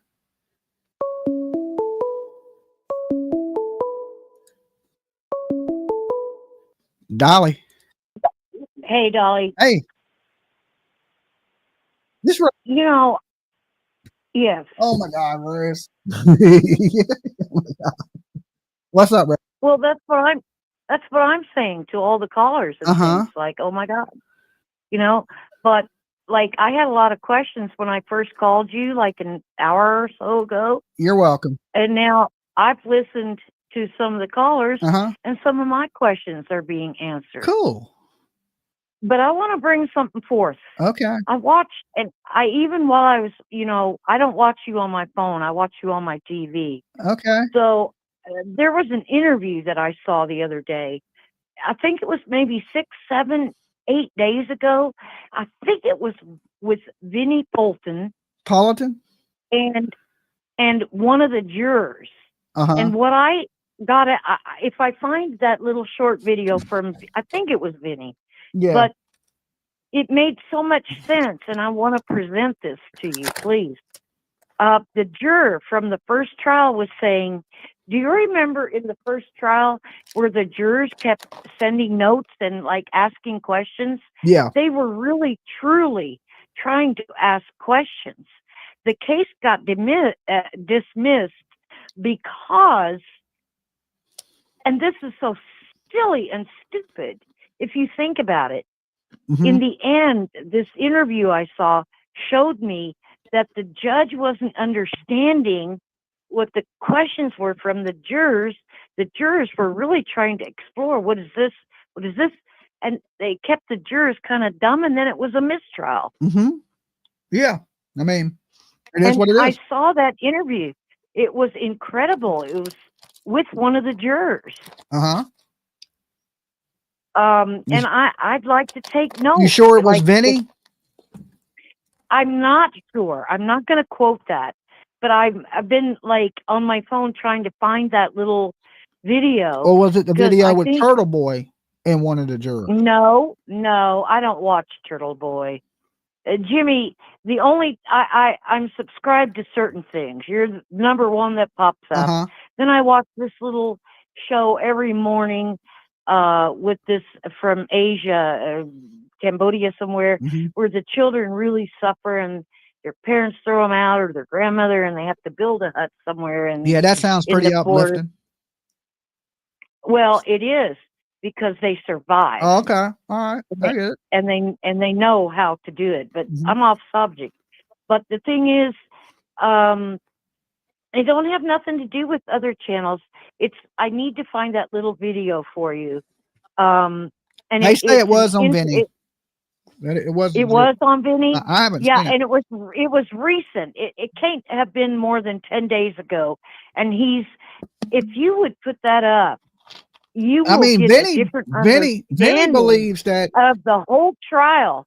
So Vinnie believes that Karen Read is innocent. I was in Vinnie's room the other night. He shouted me out, and of course, you know, all Karen Read's people were in the room. The Nick Rocco dude, the Baby Gap, all of them were in there. And Vinnie is got a super law background, and he knows that she's going to be innocent. That doesn't mean he thinks she's innocent. What he showed in that interview with that juror will help you understand that this is what went wrong in the first case, and it's going to happen again in the second case, and she will get off. That doesn't mean he believes she should. No. The first case and the second case, this is where I disagree with Vinnie. But let me finish what I was saying. I went into the room, and Vinnie was in there talking about Karen Read, and he had a New Jersey police officer with him. The New Jersey police officer said he thought Karen Read was innocent because Boston cops are corrupt, right? Dolly. Let me finish, Rose. Let me finish. Okay. Okay, for you rudely interrupt me. Okay, so I'm sorry. So Vinnie was saying that, you see, even New Jersey police think that Karen Read is innocent. And I had put in the room, you know, in the chat, Hank the Tank is going to crush Karen, right? So he reads my comment, and I'm glad he did, because all of Karen Read's supporters were in the room when he did it. And he was like, Dolly, it's good to see you. I heard about your little scare. So I guess he heard I had that heart attack. He's like, it's good to see you back on YouTube, and I hope you're doing well. And he read my comment. But I just wanted to show that, listen, in the end of this, everybody's gonna have to go, Dolly, you was right. Right. And maybe You are right that you say I'm wrong. she should. I'm right. She should have some kind of charge. But the question in the end, and you need to pull this up. Blair's an idiot. Well, I don't talk about Blair. I wasn't talking to you. I'm talking about a little video with a juror that will make sense of a lot of things. And it was recent, I think. Even well, he Vinny. may be the one juror that thinks she was innocent, but the rest of the people didn't. No. Or it wouldn't have been a hung jury. No. So what does it really matter? You got to convince all 12 people, Rose. You got to convince all 12 people. The gist of Vinny's interview with this guy, the way I read it, was that the jurors really were kind of dumbfounded, and they were asking questions, and the judge kept taking it like, oh, they're hung. They weren't. Mm-hmm. They just had a lot of questions. Uh-huh. And from a legal standpoint of view, that's where Vinny's coming from. Okay. All right, Rose, you be good. All right, bye. All right, peace. So yeah, it really don't matter what happened at the last trial. This ain't the last trial. This is a brand new trial with a brand new prosecutor, with brand new evidence, right? Things have been debunked since the last trial. More things about the harassment are coming out in this trial. So listen, I look at Nancy and I look at Vinny's like the OGs, right? I always say, man, one day I hope to be as good as them. But sometimes Dolly's better. Okay. Sometimes I'm better. But my hope is to one day to be like, people listen to me the same way they listen to them. And the only way you can do that is earn that. And right now, I could have easily went with the popular opinion, but I didn't, because in the end, people are going to remember that, hey, Dolly was right. Maybe we should listen to him next time, because my batting average is high. I'm the Babe Ruth of this true crime stuff. I get no respect, like Rodney Dangerfield would say, no respect, none. But I'm good at what I do. And I know this, and I know in the end, people are going to have to eat their words, and I'm going to be able to say, I told you so. But listen, if I'm wrong, I will be here to take the consequences, the blunt of y'all's punishment. We told you, you dumbass. I'll be here for it, and I'll take it like a man. Okay. But when I'm right, I want to see you guys. Dolly. Dolly. Yes. What are you doing? Man's law, right? Is this Sweet Leaf? Yeah. Okay, it sounds like you're talking from Man's across. law, right? Man's law, you don't you don't talk about a woman's look. What? Who don't? Who don't? Like talking about Melanie Little. I can talk about you. You see what's on the bottom of this channel? It says Dolly Vision. I can talk about whatever I want, woman. Look, Dolly, I'm telling you, why? Does this channel say Sweet Leaf? Does it say Sweet Leaf under me, or does that say Dolly Vision? Well, you're fixing to get earthquakes because you shouldn't be talking like. I didn't talk about her looks. I just said that she uses a filter on her face. Well, you should use a filter on your Did ugly face. Did I say she was an ugly woman? You got a 5-year-old telling you you're a redneck. What does that tell you? I'm a redneck. The 5-year-old's right. Well, then are you right by saying she's got a filter on her? Yes, I'm right. She's got a lot of makeup on her. That ain't makeup. I'm going to be 65 that ain't makeup. Okay. Well, that ain't makeup. But no.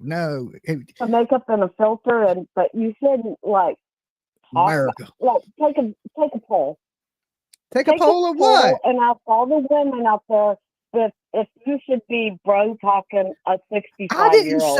I didn't say anything. Did I say she was ugly? And she may be beautiful for her age. I didn't say she was ugly. I just said own what you look like. If I can't believe what you look like, why can I believe what you say? She has been on there without the makeup on. You know, she's not always so beautiful. Like, she's beautiful. I'm not saying that. I'm just saying her neck looks 60, her face looks 30. That's it. Yeah, but she's got a long neck and she's got some strong, you know, collarbones and stuff like. She's got a long neck. I didn't say she was an ugly woman. She may be beautiful for her age. I don't know. Well, why are you talking about what she looks like? Why don't you just talk about what she's talking about? Because I can't get past what she looks like to get to what she's talking about. Let me ask you a question now that I got you on here. So she's, I forget, but whatever. Okay. Just don't bro talk a 65-year-old. I'm not bro talk. Really, she's really beautiful. I'm just saying what you see ain't what you get. That's it. I ain't hate the lady. I don't even know. Not for you to get anyway. I ain't trying to get it. I love you, Dolly. It ain't even Thanksgiving. And I don't do turkey. Okay, I'm more of a chicken guy. All right, sweet lady, peace. Okay. Now, I didn't say nothing bad about that woman. I just said what you see is not who she really is. I like if you see her in a picture and then you see her on YouTube, you're like, the lady on YouTube looks 35. The lady in the picture looks 65. Okay, there's just, I'm not being mean. I'm being truthful. I'm not trying to be mean to the lady. I don't know the lady. She could be a super sweet, nice, awesome person. The fuck if I know, right? I'm just saying, when I seen her, I was like, no way, that's the same lady, right? And then everybody's like, Dolly, she uses filters. And I was like, well, what the hell filter does that? Okay, I didn't even know that was a thing. I could be 25 if I wanted to be. Can I get some abs too? Can I get some fucking abs up here? That'd be nice. I'm getting a little belly going on. Give me a 6-pack and de-age me about 25 years. All right. That's all I'm saying. I ain't hating. All right. But, and then people were like, well, Dolly, you can't tell. I was like, I didn't know. I thought she was a 35-year-old woman. They were like, look at her neck. And I was like, I looked at her neck and I said, oh, hell no, she ain't no 35. That's at least a 60-year-old neck. Okay. I just, no, it sounds like I'm picking on her. I'm not. I swear. If I was joking her, I could be a million times worse. Okay. I could be a million times worse, but I'm not. It's not about that. This video ain't about that lady or anything. Right. I just saying, if I can't trust what you look like, how can I trust what you say? Okay. I don't know what she said. She may be saying Karen Read's guilty. I don't know. I can't get to that part. Okay. Because now I'm stuck looking at her neck. I'm like, man, look at her neck. Okay. So my bad. My bad. I don't mean to offend any of you ladies. If you're 65, own it. Look, I'm 50. I own my ugly. I tell y'all to share my ugly face. I ain't ashamed of who I am. Okay. Look, I'm just ugly in person. Okay. Maybe even uglier. Okay. Just when you see me, you'll know it's me. I look just like this. Okay. If you see a dude that looks like this out there, that's me. Okay. Or somebody just as ugly as me. You can't make it up. Okay. You can't make it up. But I ain't trying to offend. Now I'm going to have a million Melon Little fans coming over here like, man, why are you being mean to Melon? I ain't being mean. Okay. I ain't being mean. If there's a filter that doesn't, that I need to find it. I think what they're saying is a Snapchat filter. Okay. If you look at it, she don't got one blemish wrinkle on her face. Okay. Not one. Right. She ain't got a crease. She ain't got no damn baggy eyes like me. Like I look like a half bulldog. None of that. Right. None. I mean, flawless. It's like Mortal Kombat. Flawless victory. Right. But then you go down a little bit and then her neck is like, I've seen a neck like that on Thanksgiving. Okay. That's all I'm saying. She has a Thanksgiving neck. It's just, That's it. All right. Let me stop. I'll look at my thing and I'll be 100 people unsubscribe. Okay. uh, Dolly. It's me, Alex. What's up, Alex? I think Karen Read is guilty. She got to be guilty. If you think it is 100%. Because she ran over that guy with the car on purpose at a road rage. Road rage. I've seen that happen before. And the thing is, because she was probably all drunk, and plus she had a fight and an argument with her boyfriend. Okay. So I think she killed him out of anger because he wasn't listening to her and doing what she said. Yeah, you know how the women are. And the thing, I'm getting canceled after this. I'm so getting canceled. It's your fault, Alex. And then I think she killed him out of road rage, and I think she deserves the death penalty. Oh, Lord. You went straight to the death penalty. They're kicking you out of all the Karen Read Facebook groups. Okay? I just said, did I hit him? Could I hit him? Maybe I hit him, and I got deleted. I imagine what they would do to you. Even everybody who talks about the case knows she's guilty as shit. As shit. Okay. I think the people that talk about it, they do know she's guilty, but that ain't profitable. Okay. The profitable thing is to say she's innocent. I wonder if I can say she's innocent now and they'll take me in. I wonder if they'll let me part of their turtle club. You know, I am the turtle king. Yeah. I wanted to tell you about that one case. They found this 13-year-old girl's dead body, and that got arrested, and he went to jail because he was raping his own flesh and blood daughter, and he was having incest, sex with her, and he got locked up for that, and they're charging him for that, and the 13-year-old girl's dead body somewhere. Wow. Okay. And knew the whole entire time that her son was doing that to his own daughter. Okay. All right. That he was doing to her. All right. Well, tell your mom to send me that story, Alex. Yeah. I'll check it out. It's on YouTube. Okay. Watch it on YouTube. All right. So it's on there. But the grandma knew the whole entire time, but she wouldn't tell the police because she was scared that she would go to jail also. Okay. Because convicted also for knowing that information. All right, Alex. So you believe Karen Read's guilty? It was road rage, and she needs the death penalty. Yeah. Okay. I do. Okay. Yeah. Happy Easter, Jimmy. Okay. Tell PJ. Yeah, I said Happy Easter. And tell PJ's kid also. I said Happy Easter. Okay, I will. Okay. Bye. All right. Peace. Good night. Okay. Alex, you heard Alex. Now you got to remember, Alex is a little bit special needs. Okay. And even he knows Karen Read is guilty, right? He said road rage, but it is what it is. I believe, like he just said, a lot of these YouTubers that talk about it, they know that she's guilty. But like I said, the Karen Read people throw money around a lot. Okay. I guess a couple of these older women wanted bingo. Okay. A good bingo night. You can make $1,000 in super chats, right? So the cool thing to say if you're trying to make money is, of course, Karen Read's innocent, right? Because it's more supporters. There's thousands of people that are getting into behind Karen Read because they want to believe this, right? They believe that there's police corruption out there. And I believe there's police corruption. I do. I truly do. But I don't believe the whole town there is corrupt. I've been there, met people, a lot of nice people there. And a lot of these outsiders don't have any fucking clue to what's going on there. They've never even been there. Okay, but they think everybody's corrupt because they hear this on the internet. And if you're going to at least speak on it, go there and meet the people.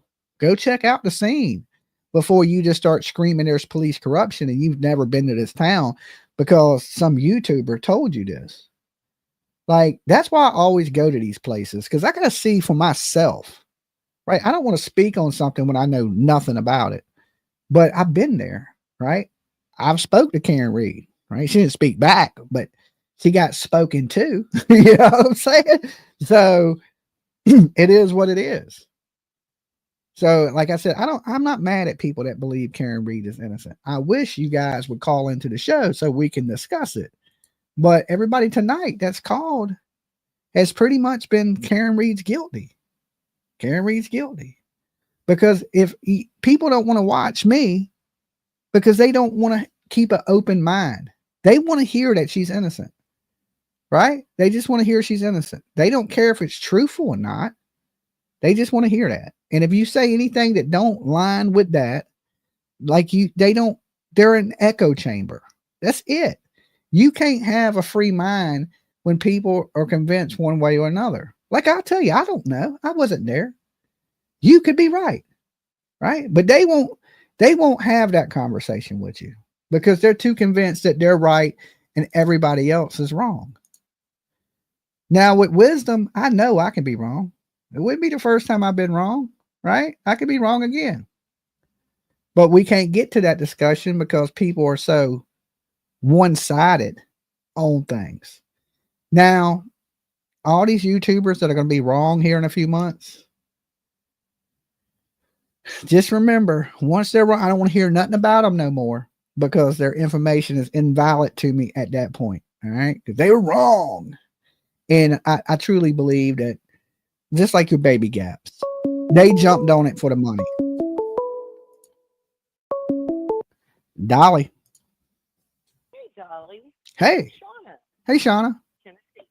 Hey, how's it going? Hey, hey, good. How are you, bud? I'm doing good. I was just listening to everything going on. Uh-huh. I want to be honest. I don't know much about this Karen Read case. Uh-huh. But what I do see as an unbiased person is that she is very full of herself. Okay. Can you get closer to your phone? Oh, yeah. I'm so sorry. Can you hear me? Yeah, it's a lot better now. Is that better? Yes. Okay. All right. Well, I mean, I don't normally call in.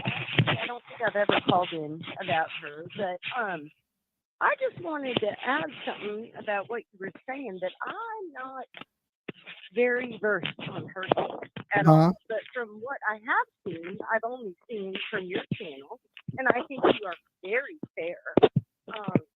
And I've listened to what everyone else has to say, but as someone who's very unbiased.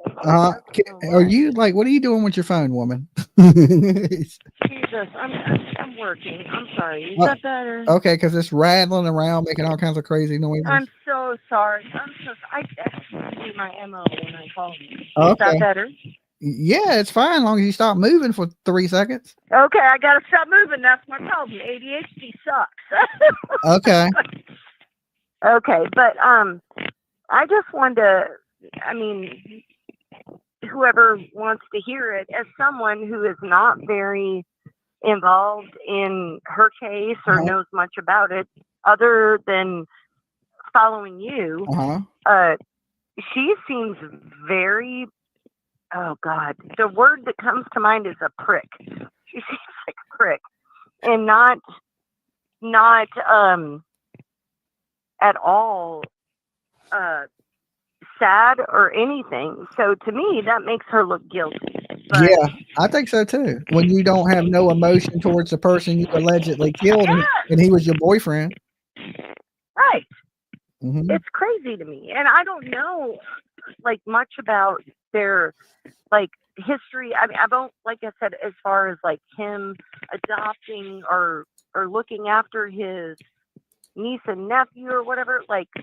To me, it's very sus. And whatever her involvement is, she's involved somehow, in my opinion. That's just it. But I appreciate your being open, and I hear you. When it comes to why so many of you think she's guilty, it makes a lot of sense to someone who's not followed the case. Yeah.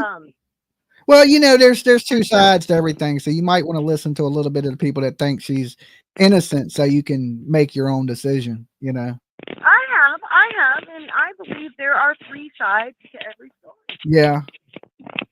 But I think that her actions are very much like a princess than caring about her boyfriend who's dead. Yeah, I mean, you would think you'd be sad and upset that he's dead, Right. and she seems not to really care. It's more about her and her life. Right. That's what I think. Like I said, as someone who has not followed the case other than what you've covered, but it's very suspicious. Whether she did it or not, there's a lot of evidence pointing towards that, but the way she responds to this crap is disgusting in my book, and that makes her guilty as an asshole. Oh, or as a jerk. Sorry. Okay. All right. Well, look. Hey, I appreciate you calling in. You be good. I know, Dolly. Thank you so much, and I'm sorry about the issues with my phone. Okay. All right. Peace. Talk to you soon. Take care. Peace. I was trying not to laugh. Somebody said she's juggling phones. I don't know what she's doing. She's rubbing it on a sweater made of wool. I don't know. Like hitting her phone with a SOS pad. I don't know what she was doing. It was just it was horrible. Okay. Okay, where are my Karen Read supporters at? We ain't got one lurking that wants to chop it up. And this is how it always is. People have stuff to say in the chat. And then when I'm like, well, just call in, they're like, I ain't doing that. Dolly. Hello. Hello. Hey, how's it going? Good. Is this Dolly? Yes, this is Dolly. Who's this? Where are you calling from? And you got to turn me down in the background. I did. Okay. Now. Awesome. I was watching, but you're not talking about what I'm hearing on the phone, so I don't know. Maybe I'm in a different part. No. My name is Renee. It's delayed. And I'm in Reno. Oh, it's delayed? Okay. Yeah. Hey. I'm in Reno. Nevada. Okay. And I just heard you say something about you wish somebody would call in that believed that she was innocent. Yes. I don't think she's guilty. Okay. And the reason I don't think she's guilty is I have a hard time with his injuries. I don't understand how a car could hit you and injure your arm that way, especially if he had on winter clothing and he was in a coat and a sweater and whatever. He wasn't. He was dressed the same way he was dressed in the bar. He was wearing a light, thin T-shirt. He wasn't wearing. He didn't even have a coat on. Oh, well, I didn't know that. Yeah, they showed. But I still have a hard. They showed a shirt that they cut off of him. It was real thin. It was like it was like a retro shirt too, like an old school shirt. Yeah. And that's what that's he had on. My deal is, I have a hard time with the injury. Yeah, if he would have had it looks more like a dog bite to me. Yeah, to me it don't look like a dog bite because dogs leave bruises and stuff like that. Because I've been bit by dogs, 2 German Shepherds. I got attacked by German Shepherds, and to me it don't. But I'm not a dog bite expert either. So, but to me, the injuries look more consistent with him maybe being behind the car. And for some reason, I think he was bent over when he got struck. Right. And I think his arm went into the tail light. And then he was thrown backwards. And that's when he struck his head. And from the black eyes that he have is because his brain was hemorrhaging. I can't even say the word, and swelling, and that's puts pressure on the back of your eyeballs, which make your eyes look black. That's why he looked beat up. It's because his brain was swollen. And then, of course, he died from the brain injuries and hyperthermia, combination of the both. And if he was, my thing is, why ain't there a blood trail? And another thing that's coming out now is that they've molded Chloe's teeth, the dog's teeth, and the prosecution is going to show that the bites don't match the dog's teeth. Now, if you notice that the holes in the arm are different lengths apart, a canine's teeth don't move. Their teeth are always the same, just like yours. Like if you bite something, it looks like it grabbed on and then he pulled away or something, and it was like if a dog grabbed on it's going to have the puncture wounds and the autopsy says that the wounds that you're seeing, and this is from the coroner, are surface wounds. They're not even deep wounds. They're not puncture wounds. They're scratches. They're like abrasions. They're not punctures. He don't have punctures on them. They're surface wounds. They're not deep at all.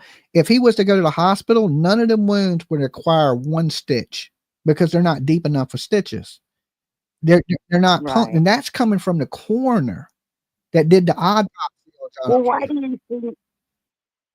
do you think these people that he was going to their house have been so suspicious about everything? I don't think they have. I think they were accused of stuff and that they didn't do it. I mean, they said they got rid of the dog within a couple of weeks, right? Well, they were remodeling their house. Maybe that's because the dog was destroying their house. That might explain the floors that they fixed, you know, and things like that because they have dogs. I have dogs. They destroy all kind of shit. And I got little tiny dogs. I don't know. I just have a hard time with it. I do, you know. I mean, they didn't put the dog down. They just rehomed the dog. No. Right. So they found Chloe and they molded her teeth, and they're going to come in and show the distances between the canines, and then they're going to show the wounds. And on the wounds, the difference between the canines are different lengths apart. So let's just say if it was a dog, its teeth are going to be spaced the same every time it bites you. Its teeth ain't going to get wider or move. It's going to be the exact same bite every time it bites you. Just like a human. Like if I bit you 5 times, the 5 bite marks are going to be the same. They could mold my teeth, prosecute me in a court of law because my bite pattern would match the bites on your arm. But the problem is what they thinking are bites are not going to match what's the teeth that are in this dog's mouth. Right. So that's where they're going to run into a problem. And Hank the Tank, right? He has destroyed the dog bite expert in the motion hearings before it's even started. Because he was trying to get her thrown out as an expert. But they're going to use her as an expert, and she got destroyed. I mean, he made her look like a joke. Well, when is it actually supposed to start? It was supposed to start. Trial? It was supposed to start April Fools, right? April 1st. But the state's asking for more time, and the defense is asking for more time. So I think they're going to move it back to May. Isn't that wild? And then we'll find out. You would think after this much time they'd be ready. Yeah. Now let me ask you this: as a Karen Read supporter, you know, if they find her innocent, I can support the verdict that she's innocent. Okay. If they find her guilty, will you be able to accept that she's guilty?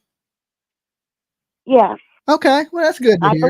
I believe in the jury system, and I believe people that are sitting there and can actually look at what they're saying, and Okay. And then remember, so when this is over, if it ends in May, or you got to call me back. Because we can't only have one conversation. We got to be like, ha ha, Dolly, I told you I was right. She was innocent. And then I can be like, ha ha, I told you it wasn't a dog bite. You know what I'm saying? So we got to touch bases again on it. And I appreciate you having an intelligent adult conversation with me. Well, thank you. Okay. One day we'll have to talk about Richard Allen, because I don't think he was guilty at all. I don't think he's guilty at all either. See, we agree on that one. Yeah, I hope that they can get him a new trial. I do too. All right, I know I've probably taken up my time, but thanks for talking. No problem. Have a good evening. All right, peace. All right. See, I told you all to Karen. See, like, them are the type of spokespeople you need. Open conversation, let her talk, tell what she thinks, listen to what I think, have a conversation, chop it up. Do we agree with each other? No. But can we conversate about it? Absolutely. Right? You know, it's some people that shows you she's an adult. She, you know, she's been sipping on the Kool-Aid, but she ain't been tipping the Kool-Aid. Okay. She ain't been tipping. She was open to reason and discussing it. And, you know, new stuff is coming out every day in this trial. Right. And I believe that a lot of people are focused on what happened in that first trial, but you got to remember, this is a new trial. It ain't a old trial. It ain't the old trial over again. This is a brand new trial, brand new prosecutor, right? And he's doing things differently. His just the motion hearings alone, he has been crushing. Now, if you listen to the other side, they'll say he's the dummy, he's corrupt, and it's always something bad because it goes against the narrative that Karen Read is innocent. Like I said, I wasn't there, right? This is my opinion. My opinion. That don't mean that I'm right, okay? It don't mean it at all. This is just what I believe is going to be the outcome of the Karen Read trial. You guys believe that Karen Read is innocent. You may be right. And you may be able to come to me and like, Dolly, I told you. But just remember, I get the same freedom, right? Because we're adults. And if you called in and you think she's innocent, I definitely want to hear from you after the trial, because you can be like, I'm going to give you your opportunity to be like, I told you, motherfucker, right? But I want that opportunity too, because I've caught a lot of heat being on the opposite side of this, because some of these people can be very mean. That lady wasn't. She wasn't. She said, hey, I think it's this. Look, they look like dog bites to me. His injuries don't look consistent with a car wreck. Okay, to her, I'm not saying she's wrong. She may be right. What if it is dog bites? I'm not a dog bite expert. I'm judging because I've been bit by dogs. But listen, maybe the dog bit them differently. I don't know how it could happen, but shit, it could, right? So I'm not saying any of you Karen Read supporters are wrong. I just want to hear why y'all think she's innocent. If I can sit up here and tell you why I think she's guilty, then you should easily be able to tell me why she's guilty. Now listen, I'm going to leave the phone lines open. We're going to jump into this video. And if you think she's innocent, you can call. Okay. But if you think she's guilty, don't call, because we just agree on everything. Okay. And we can watch this video. But if you think she's innocent at any time, feel free to call in. And this guy's, listen, I promise you, I'm not going to be mean to you. I'm not that bad of a guy. Okay. I'm only an asshole part-time. Okay. And I'm over my time limit of being an asshole tonight. So you're good to go. All right. So you're good to go. Don't be scared. Because I think a lot of people think they're going to get up here and I'm going to try to disprove you or make you look stupid. And I truly ain't. Now, Baby Gap, of course, I'm going to make him look stupid because he's a fucking idiot. Okay. And he's not real. You guys that support Karen Read and think she's innocent, y'all are real. Y'all really believe she's innocent. This guy don't. Okay. Baby Gap don't. He does it for the money. You guys out there in the chat room, you're not doing it for the money. You're not YouTube creators. So I wouldn't treat you the same way as I would treat an idiot that is trying to get a paycheck. Okay. I'm going to be a little more disrespectful to him, a little more taking shots, just showing people how stupid he is. You guys, I just want to conversate with. All right. Maybe, like I said, maybe you can convince me of something, and hopefully I can make you do a little bit of thinking. That's what it's about. It's just, we're a discussion channel. It's just a big old think tank. I just say things to make you think. So let's jump over to this video. And this one is by Boundless Millennial. Okay. And I really like this dude's opinion and his videos. He does an awesome job. So if you haven't, check him out, sub him up. They found Johnny in the snow this morning. He had to have gotten hit by a car or by a snowplow. And she tells me that John didn't come home. They got into a fight and that she left him at the waterfall. She was just acting kind of erratic and kind of running around screaming different things. I'm afraid John might be dead. He might have gotten hit by a plow. He did not come home last night. Hey, Karen, we saw you outside of my sister's.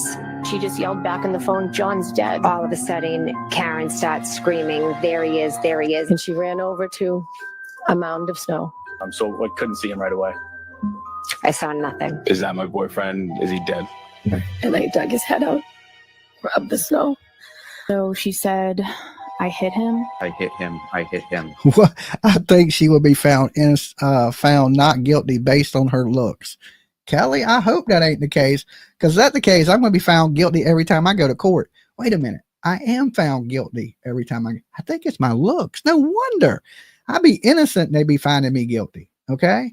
Yeah, this whole time, all I had to do was be pretty. All right. I never knew. That's the curse in life, right? Being born ugly. Comes with downfalls. It comes with downfalls.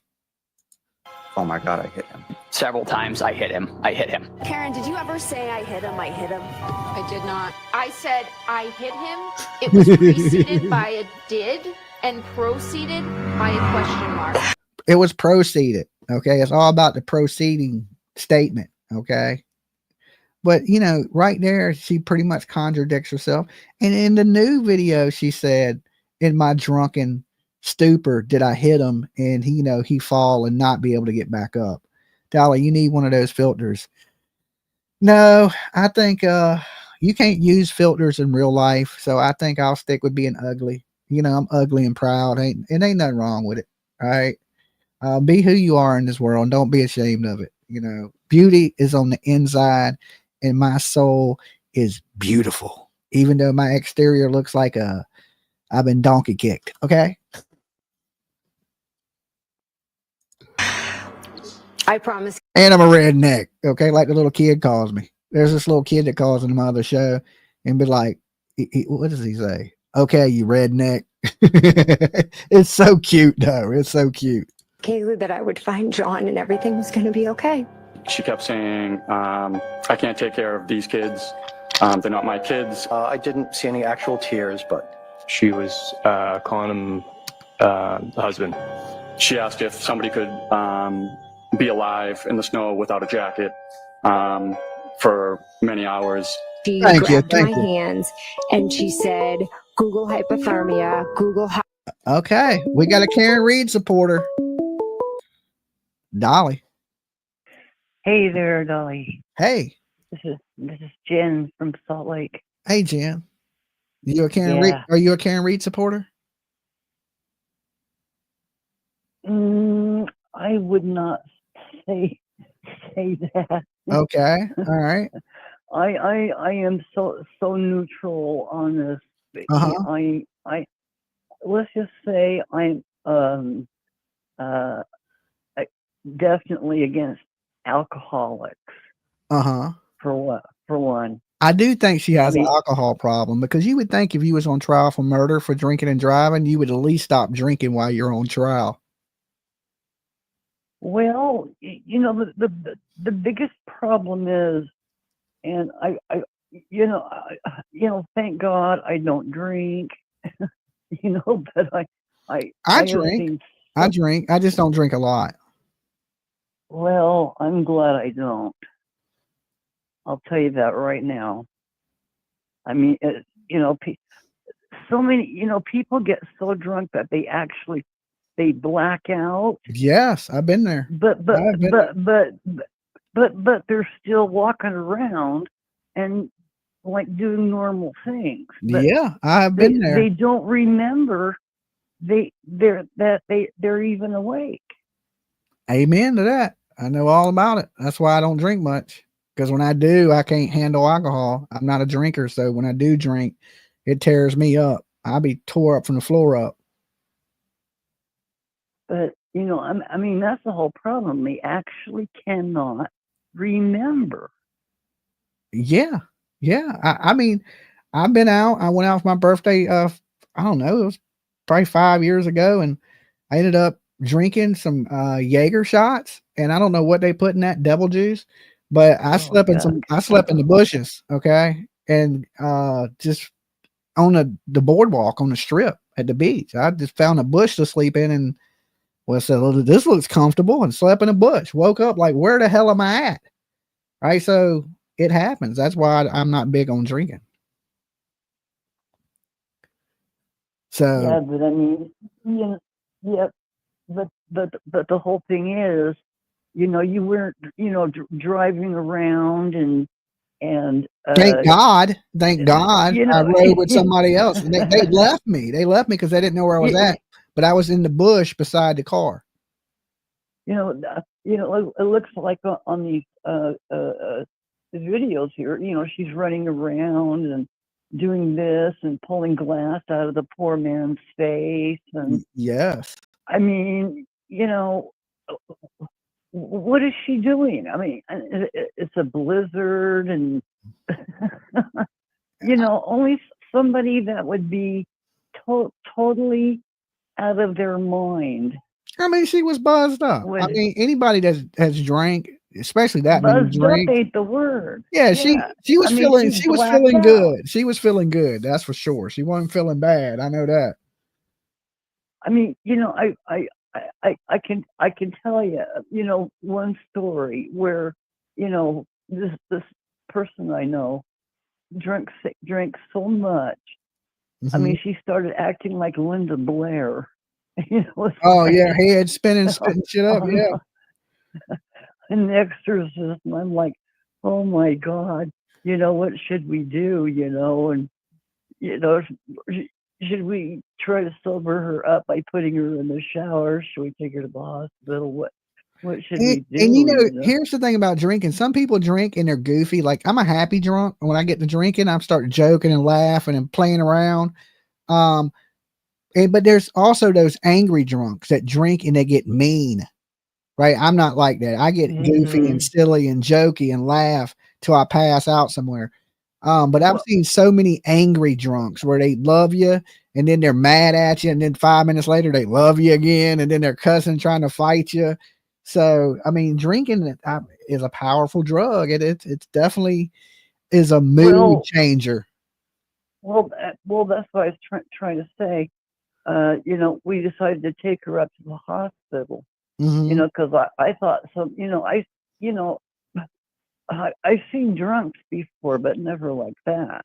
And we took her up there, and the nurse came out, and as soon as they wheeled her up to the nurse, she just jumped up and started choking the nurse. You know. Oh wow! They had to take, you know, security guards to take her off of this poor lady. You know. And it's like, no, but she couldn't remember this.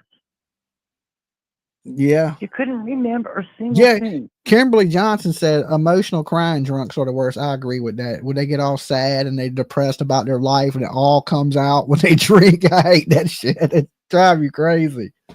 So I'm telling you, so you stop drinking. Yeah, or cut back. You know, there's or if you're gonna dry, you know, don't drink. You got to know when to cut yourself off. You get to where you get to a good point where you feel good, but you don't overdo it. You know, that's my problem. Take an Uber. Once I start drinking, I get to a point to where I should stop drinking, but then I just drink more because I'm feeling good. And next thing you know, I'm hugging the toilet. And then I'm sick for like 3 or 4 days. Right. So that's why I probably drink, no lie, probably twice a year. That's it. That's all my body can handle. But usually when I drink, I get tore up from the floor up. I don't just drink it like, I don't know. Last time we went out on, me and PJ went out on, Valentine's Day for dinner, and I had 2 little girly mixed drinks, and I didn't even feel them while I was sitting down. But when I went to stand up, I knew I had a buzz, and that was only 2 drinks, you know, and I was kind of like staggered a little bit. Yeah, and how many did she have? None. PJ don't drink at all. She'll drink like. I'm talking. She had 6. Women. She had 6 doubles, but PJ drinks like me. She probably only drinks twice a year too. She don't drink very much at all. So neither one of us, we're not big drinkers. So that's what I'm worried about. You know, just. And if we do drink, it's usually we don't drink together. We usually drink one at a time. Like I drink, she ain't never drank without me. I'll drink a couple drinks. And when we were on vacation, we were at a hotel and we walked over to Applebee's, and that's the first time we had ever drank together at dinner. We had 2 drinks together, and because we wasn't driving, because usually one of us got to drive, and she don't like to drink because it makes her sick. And I'll drink a couple drinks. So usually it's me that drinks more. I would say I drink more than PJ, and I only drink a couple times a year. Well, I say the alcohol is guilty. Yeah, definitely. Okay, look, hey, I appreciate you calling in. Okay, peace. All right, peace. Yeah, you know, there's all kinds of emotions come out when you drink, and everybody in here that's had some drinks, you guys know that, or anybody that's been around the person drinking, you've seen the different types of drunks there are, right? There's the crying drunks, there's the angry drunks, there's the goofy drunks, you know, there's I think that pretty much covers them. But let's get back to the video. Now, listen, if you're a Karen Read supporter, the phone lines are open for you. Now, if you think she's guilty, then wait to call. Okay. So that number is up for anybody that feels like, you know, debating me on Karen Read's guilt. And don't worry, I won't be mean to you, but we're going to jump into this video. And I know, listen, Jen McCabe, she got some big eyes, okay, but so does Zab Girl. Y'all ever seen Zab Girl on YouTube? She has huge ass eyes, right? And people are saying, you know, we don't know if this is a bad woman. I mean, this woman can be sweet as, you know, can be. You got to put yourself in her shoes. Thank you, Sweet Jones. She's been a member for 11 months. It seems like you've been here so much longer with us, but thanks for being here with me tonight. That is awesome of you. So let's be, you know, respectful to her. She, you know, she may be being accused of something she didn't do.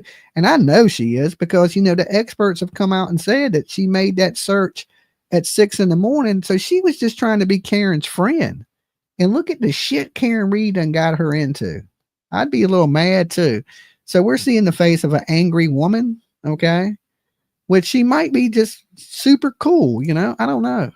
I have watched Zab Girl. Just don't, Zab Girl got huge ass eyes. Them just look like they about to jump out her head. How long it takes to die in the cold.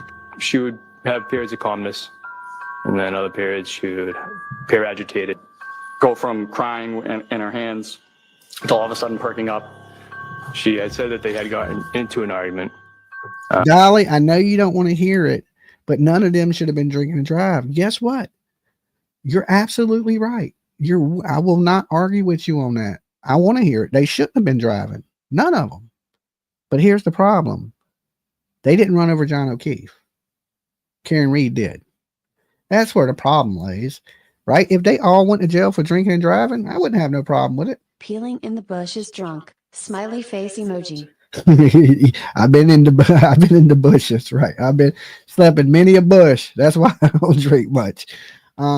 But yeah, if these police were going to jail, I wouldn't care, right? I'd be like, you shouldn't drink and drive. It's not right. You could hurt somebody or hurt yourself, but they wasn't driving John O'Keefe around, and we don't technically know who was driving their vehicles, right? So, or how much they had to drink, that hasn't been in question. But I agree, nobody needs to be doing that, okay? And if you have done it, you need to learn your lesson from it and don't do it anymore. That's the important thing, right? Nobody's saints. I'm sure there's people in this room that have put their life in danger and done those things. Don't do it. Try not to do stuff like that. Be responsible. And trust me, it's way cheaper to call an Uber than to bury you, okay? That's what they should have been doing. But I guess with the snow, you probably wouldn't have got an Uber in that type of condition. Or if you did, it would have been like a $300 Uber ride. But still, $300 is a lot cheaper than a $15,000, $20,000 funeral for sure. Or to get yourself out of jail. She was sad because that was the last thing she had said to him. She said, my taillight, look at my taillight. And I looked at it and I said, you told me you don't remember anything from last night. She said, do you think I hit him? Do you think I hit him? And I said, no, I don't think you hit him. I think you probably hit something. Karen Read was there. She was being restrained by hospital employees. There was one piece, like a rectangle encapsulated, like whatever was broken. I remember there was one piece of metal sort of sticking out. So if it was an encasement for a light of some sort, I remember looking at it and the piece was sort of sticking out and I thought someone's going to catch their.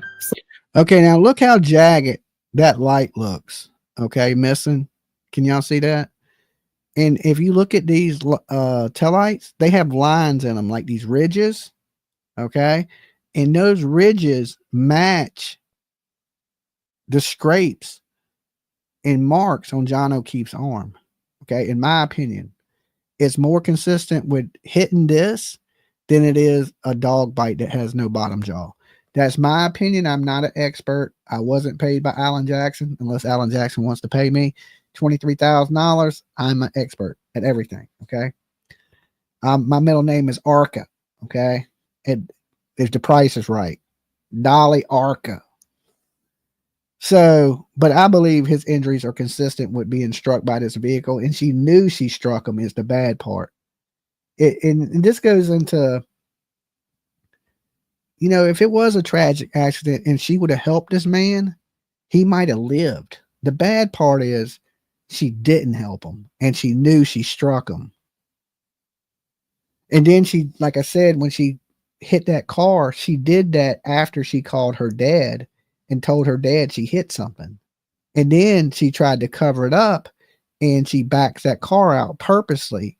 You know, that Lexus SUV has backup cameras. It has sensors, but all them sensors and the beepers were beeping was going off in the car, and she still hit that car. That's where I know she did it as a cover up. So she committed the crime, and I believe she tried to cover up the crime once she spoke with her father. You may disagree with me, and that's perfectly fine. Sleeve on that or something. There was zero chance John was hit by a vehicle. Alcohol is definitely a depressant.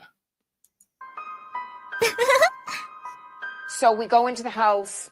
John's nephew was not home from his sleepover yet, but John's parents, Paul, his brother, and his niece were there. She told me that she had to remember the bad times. They had pulled into the driveway before me, so I was presuming she saw my cracked taillight and was thinking, did you hit my... Okay, John O'Keefe wasn't investigating his own police department. That's not true. Internal Affairs is who investigates the police department. Maybe the federal government, you know, the federal investigation, but John O'Keefe himself wasn't investigating his own police department. Okay. I know Proctor and a few others were investigated by the federal government, by the feds, but not by John O'Keefe. Okay. So if you're confused on that, it's easy to clear up. That wasn't his job to investigate other police officers at all. Okay. He wasn't that type of police officer. Son, I could sense from her that she was looking at me very warily. His mother leans over the kitchen island and says to me, I think he looks like he got hit by a car. Look at her face. You know what? His mother was right. Like, what is her disgust with the mother, right? Why you hate his mom so bad that y'all boo her and treat her and talk to her like shit? You don't think that woman loved her son and she's brokenhearted that her son's dead? And you're going to get up on here on this interview and mock John O'Keefe's mother? That's the same thing Turtleboy did. That's why you can condone the actions of Turtleboy, because you're just like him. Y'all both asshole drunks. Disgusting people. Like, I don't get why so many women love this lady. I just don't understand it. If this was a man acting like this, would all these ladies support a man? They support Karen because she lives this rich lifestyle and she's somewhat attractive. I don't think she's attractive at all. I think her personality makes her fucking hideous to me. Okay. But if you was just to look at her, you would think, oh, she's a pretty woman, until she opened her fucking mouth. And then you would go, I'd rather date a gremlin. Okay. I would, you know, she's not relatable. Like, she's not relatable at all to me. You know what I'm saying? She's like bougie and snobby and acts like she's better than people. Like, and she's wanted this fame since she was a kid, and she got it, and she thinks she's famous, right? But really you're infamous. There's a difference. Fame, people love you for who you are. Infamous, people know who you are because of what you've done. So you will never be famous, woman. You will be infamous. Like, everybody knows who Casey Anthony is. You know why you know who Casey Anthony is? It ain't because Casey Anthony is famous. It's because she's infamous. That's why we know who Casey Anthony is. And we'll know who Karen Read is because you're another person that got away with killing somebody. That's the only reason. Dolly. Yeah, Dolly, are we live or are we Memorex? We are absolutely live. Is this We are absolutely Bart live. Bell? Yes, it is. What's And up, we're Bart in Bell? Tennessee. Bart Dell. You said something earlier about drunks. I just wanted to make a kind of an interesting comment. Uh-huh. And so drunks may be looked at like a browser. 12 tabs open and all going around in circles. You really never know what they're going to do. Uh-huh. And you really don't know what they're going to do. So somebody who is inebriated, yes. I know plenty of them out here. Most of them pretty much just trip over their own feet. And that's just the comment that I'd like to make. Okay. Is that it? That's it. I'm not going to stay in here too long. I love your program, and we've been listening to you for here, I think, going on about 3 weeks. Awesome. And you're doing a very good job. I like what you do. Thank you, there, Bart Bell. Okay, your name's Jimmy, correct? And I got your email wrong. Are you listed on YouTube with your email by any chance? I'm not for sure, but it's easy to remember. It's Jimmy, Jamz. Okay, wait a minute. Jimmy, Jimmy. Yep. Mm-hmm. Jams, Jamz. Mm-hmm. 757 at gmail.com. 757 at gmail.com. Yep. Okay, very good, Jimmy. All Enjoy right, your Mark, program. you be good. Yep. Bye-bye. All right, peace. Yeah, listen, you get all drunk, I'm liable to trip over nothing. Okay, not even myself. An invisible brick. Okay, I tripped over all. That's why you got to be careful when you're drinking. And what does most alcohol commercials say? Drink responsibly, right? That's what they say. Drink responsibly. And I believe this night, and just to agree with some of you Karen Read supporters, I don't think any of these people were being responsible. None of them. But they're not the ones that hit them. Okay. Did they play a part in it? Yeah, they were out drinking with them. But did they hit them? I would say no. They don't have broken taillights. They don't have DNA on their bumper. But you know who does? This lady with the stank face that is mocking John O'Keefe's mother. She is the one that has DNA on her bumper, glass pieces on her bumper. Her taillight pieces are in John O'Keefe's clothing. John O'Keefe is laying there dead. She, at this point, hasn't shed a tear one for John O'Keefe. She's basically said she don't care. It's about her now that she's been away from John O'Keefe longer than she's been with John O'Keefe. And now this, guys, don't get mad at me if you're a Karen Read supporter. I'm not saying this stuff.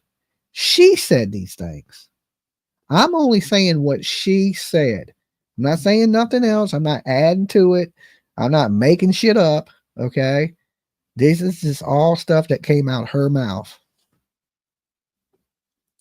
It looks like you got hit by a car. I said, I think John's mother thinks I did something to John. At what point on Saturday the 29th did you have the wherewithal to think maybe I need an attorney? As soon Art Bell did pass away. as I interacted with John's mother at John's house, It looks like you got hit by a car. I said to my father, I got to get an attorney. She felt she struck something. She said, Dad, I think I struck something. I said, what do you mean? Struck something. Right? This was in the hospital. No, he's Bart Bell. Okay. He's a big fan of Art Bell. And for anybody that watched me the other day, when the guy said I was copying his program, I said, well, I got my show from the late, great Art Bell. He took call-in shows. He did a call-in show on conspiracy, UFOs, Bigfoot. Oh, and I'm wearing my Bigfoot shirt today. It says hide and go seek world champion, right? That's what my shirt says tonight for all you guys watching.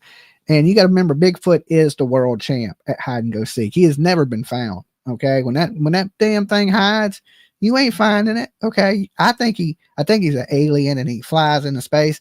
But for anybody that, may have grew up watching Coast to Coast, Art Bell was the host of Coast to Coast.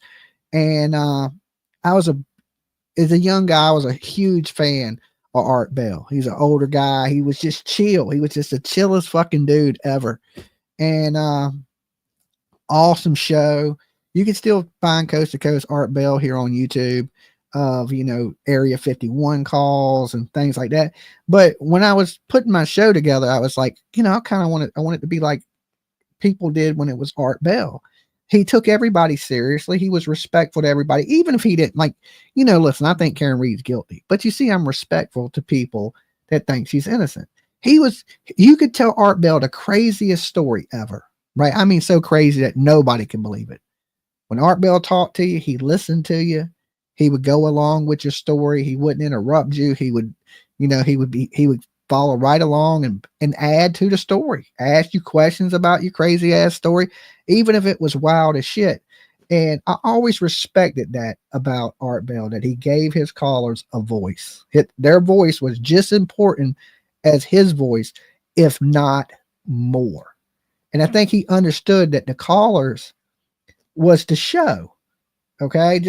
And I kind of formatted off of that. I hate to share this again, but for people that don't know, because there was a YouTube creator that copied me, but he said I copied him, but he probably couldn't tell you who Art Bell is. Right. And I was saying the other day, I was like, listen, if you're going to accuse me of being like somebody else, and I molded myself off the great Art Bell, is what made me want to do call-ins, because most people have panels. They'll bring you up as a guest and you'll be on the screen with them, or they'll have 5 people on panel at one time. I used to do panels too, but I've always enjoyed the call-in the most. All right. Because a lot of people don't want to show themselves. You know, you may look like a gremlin. Okay. Nothing wrong with gremlins. I love gremlins. Okay. Sometimes I get wet after midnight and I look like this. Right. So I know some people are laying around in their nightgowns or they're in their pajamas. It's late night and they'll go, okay, I'll call in. I don't have to show myself. I can be anonymous. A lot of people don't like to come up on camera. So I figured call-ins were the best because anybody can just pick up the phone and call you. Everybody don't want to Skype in, you know? So that's why I do call-ins. Remember? All right, backing up and hitting something. It was cracked and a piece was missing, but not completely damaged. He had to have gotten hit by a car or by a snowplow. Like a dent on the rear quarter. That body wasn't hit by my car. Oh my God. T-Rev was very respectful the 2 times I called in. That dude, oh my Jesus. We're not going to turn this into the T-Rev thing, but you know, he was saying somebody sent me a picture of him selling his PlayStation and trying to get somebody to co-sign for his vehicle today. I'm thinking, oh my God, maybe I'll talk about that tomorrow, but at some point, I don't want to bully the guy. Okay. I don't want to be a bully. I like to joke people and pick, but I don't want to be where I'm bullying somebody, Billy. You know what I'm saying? Because he's easy work. And if I just keep doing it, then I start to feel bad. Right. I like to joke and play and have a good time, but I really never take nothing personal. Even though he said bad things about me, I don't really care what people say about me. I don't get mad about it. I like to joke and play. But then if I feel like I keep like smacking him around the YouTube streets, then I feel like a big ass bully, right? And I don't want to feel like that. So, but he's not doing good. That's, you know, I pray really behind the scenes. I hope he gets his shit together, you know, get some help. The people that love him, get that man some help. All right. Before he runs somebody over like Karen Read. There was 0 chance John was hit by a vehicle.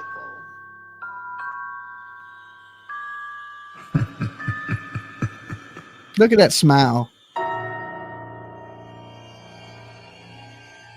Hank Brennan, the gloves are off, and Karen Read really kind of screwed herself. She really took the scenic route from Cumbies connoisseur to Route 6 royalty. She's parading around like she's some misunderstood socialite, but let's be honest, this isn't a Netflix drama. It's Fall River Flair with a side of felony, and she's risking her freedom to cling to her newfound fame. Like a Milltown, Maryland with a murder mystery twist. She may strut like a sophisticate, but we've heard her mouth, and she's Cape Cod classy at best, and that's being generous. She's become queen of the bog dwellers, crowned by chaos, and still clinging to her throne in a kingdom built on gossip. I wonder who writes this dude's stuff. I need a writer. Okay. I couldn't have come up with that to save my life right there. I could not. This dude is good. This dude is good, right? Cape Cod, classy. I would have never come up with that. I gotta get me a YouTube writer. I don't even think that's what is it, Chat GPT? Something. I don't know. Where does he get his scripts at? Granite countertops and bad decisions. Karen Read is to the trailer park crowd what O.J. Simpson was to the black community in the 90s. A so-called hero fighting corruption. A symbol of being framed by the system. The only problem? I got to disagree. I don't think Karen Read's people are trailer park. Okay. I think they're more bingo hall than trailer park. Now, I've been to some trailer parks. I ain't been to no trailer parks in mass, though.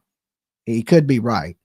But I've been to a few trailer parks in my day, and I looked at her crowd more as a, bingo just let out. Not so much, not a little past soccer mom, a little closer to the bingo. Okay, bingo crowd. That's what I see. But each their own. OJ didn't have a murder weapon that time-stamped his every move. He didn't go home and whisper to his kids, "I think I did something to your mother." He wasn't. This dude's good. I like this dude. Caught with the weapon, and there weren't shards of it sprinkled all over his victims like confetti. He didn't sprint to the crime scene shouting, "I did it, I did it." Nope. He waited for the trial, the civil suit. And he did have that, where he tried to outrun the police at 35 miles an hour. The slow speed chase. Okay. Everybody remember that in the white Bronco, the slow speed chase. And he did tell his friend he did it. The headlines to cool. But Karen Read, with her Bentley education and Fall River fancy pants, isn't nearly as slick. She's drunk on attention and it's blinding her judgment. Just like when she called Brian Higgins hot. Not because she meant it, but because she knew it would stir the pot. It's manipulation disguised as flirtation. Now she's dining at Boston's finest like she belongs there. Riding the wave of her self-made martyrdom because she's convinced every bog dweller from Brockton to Buzzards Bay that she's their tragic queen, framed, persecuted, misunderstood. She's Route 6 royalty now. Route 6 royalty. This dude is killing it. But let's not forget, not long ago, Hillside was her go-to, and she thought a lobster roll from Papagino's was fine dining. The only thing that's changed is the lighting, and now every wannabe armchair detective is clinking a Dunkin' iced coffee in her favor. Not everybody sits on the lap of other people, right? Like what there is out here in this world, and this is real life in general. There's leaders and there's followers, and you can clearly see that there's leaders and there's followers. And what it is she has a lot of followers. But she went a little too far. All right, this better be a Karen Read supporter. Dolly. Hello. Going once. Going twice. No sale. Okay, no sale. And she counted her chickens before they hatched and did this documentary thinking that she was going to be acquitted. Yeah, she did. And now she has Hank Brennan. And he is not playing. Sunlight is the best disinfectant, right? Well, Karen Read's own words. Sunlight is the best disinfectant. The problem is it really though? It is. But for Karen Read, if sunlight was the best disinfectant, why did none of her experts have all the discovery? Why wouldn't she want the Lexus tech stream data? Because wouldn't that prove that she dropped him off? That she was long gone when he took his last steps? Because he went in the house, right? No, she didn't want the Lexus tech stream data. Because it showed that she backed up and hit him. Right? She wants her freedom more than she wants anything. Freedom and fame. At first I think she just wanted a freedom, but now that she's getting all these fame, she's sucking it up much as she can. And this is the link to the creator that we're watching right now. So be more free to check him out, sub him up if you like his content. Why would that be? If sunlight is the best disinfectant, why is she hiding from it? Why didn't the ARC experts have it? And we're finding out now that there's even more information lodged in that text stream. The Bluetooth. John O'Keefe's phone was locked into her Bluetooth until 12:30. And we know that they arrived at 12:24 per experts on both sides. And he was still locked into her Bluetooth until 12:30. Now, Bluetooth has a distance of about 33 feet, and the street is more than 33 feet from the front door of that house. So we know he was in the car because nobody saw him outside the car. And at 12:30, she disconnected his phone from the Bluetooth so that she could listen to U2. And as he grabbed the drink and got out of the car, she started to pull away and thought, again, is he going to be cheating? Is Ashley there? And she floored it in reverse. And all of this data was captured on the Lexus text stream. Now, Hank said in the last hearing that we might even have location data of the Lexus. And if sunlight is the best disinfectant, wouldn't she have wanted that Lexus text stream data? I think she did have it. I mean, her brother. And it didn't help her. That's why she didn't want to use it. I agree with that. That I believe that Hank the Tank is going to crush her with the information that he has. The last prosecutor, he just didn't know how to present the information. Dude, you are delusional. Well, I'm not the only one delusional then, because I would say a good majority of the people in here tonight believe Karen Read is responsible for the death of John O'Keefe. Okay, so I guess delusion is in the air. Okay. Works at Lexus. She had easy access to experts that could help. And I'm so delusional. The call-in numbers on the screen. Call in. Tell me what you know that I don't know. Maybe you hold the key to convince all of us that Karen Read is innocent. Okay. Prove her innocence, right? But no. Just like in that documentary when they said they wanted the dog. If only they could find the dog, then they could prove that those marks on his arm were from the dog. Well, now they got they the dog. have the dog. They have molds of the dog's jaw. They don't want it. They have one that I told you. Hank the Tank ain't playing. Chloe, free Chloe. Hashtag justice for Chloe. Right? Hashtag stop harassing Chloe. Next, Turtle Boy will be showing up at Chloe's house. Okay, we don't want that. Poor dog being accused of something it didn't even do for the last year. So now that they got the molds of the jaw, they're gonna debunk the whole dog bite. They done debunked Haas Long to die in the cold. They done ran over the dog bite expert, right? They got Turtle Boy and Karen's communications where Karen was telling Turtle Boy to harass these people. It is over for Karen Read. It's over, right? It's just a matter of time now. And then you're going to hear me up here going, I told you so. And all these people that are coming here talking about you're delusional and crazy, y'all won't be here after this trial is over. I know that. Okay. So say what you want to say now. But here, you know who will be here after this trial is over? Me. I'll be here. Okay. I'll be here. So make sure you come back with the same energy after this is over. That's all I asked. And if you think she's so innocent, the phone line is open. Call in and tell us why she's innocent.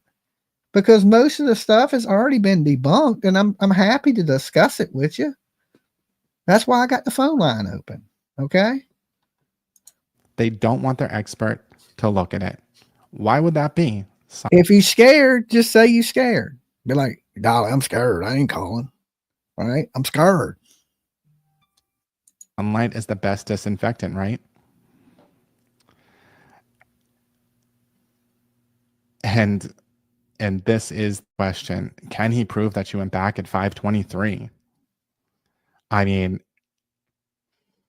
that is huge if that's in there. Now, he hasn't mentioned that.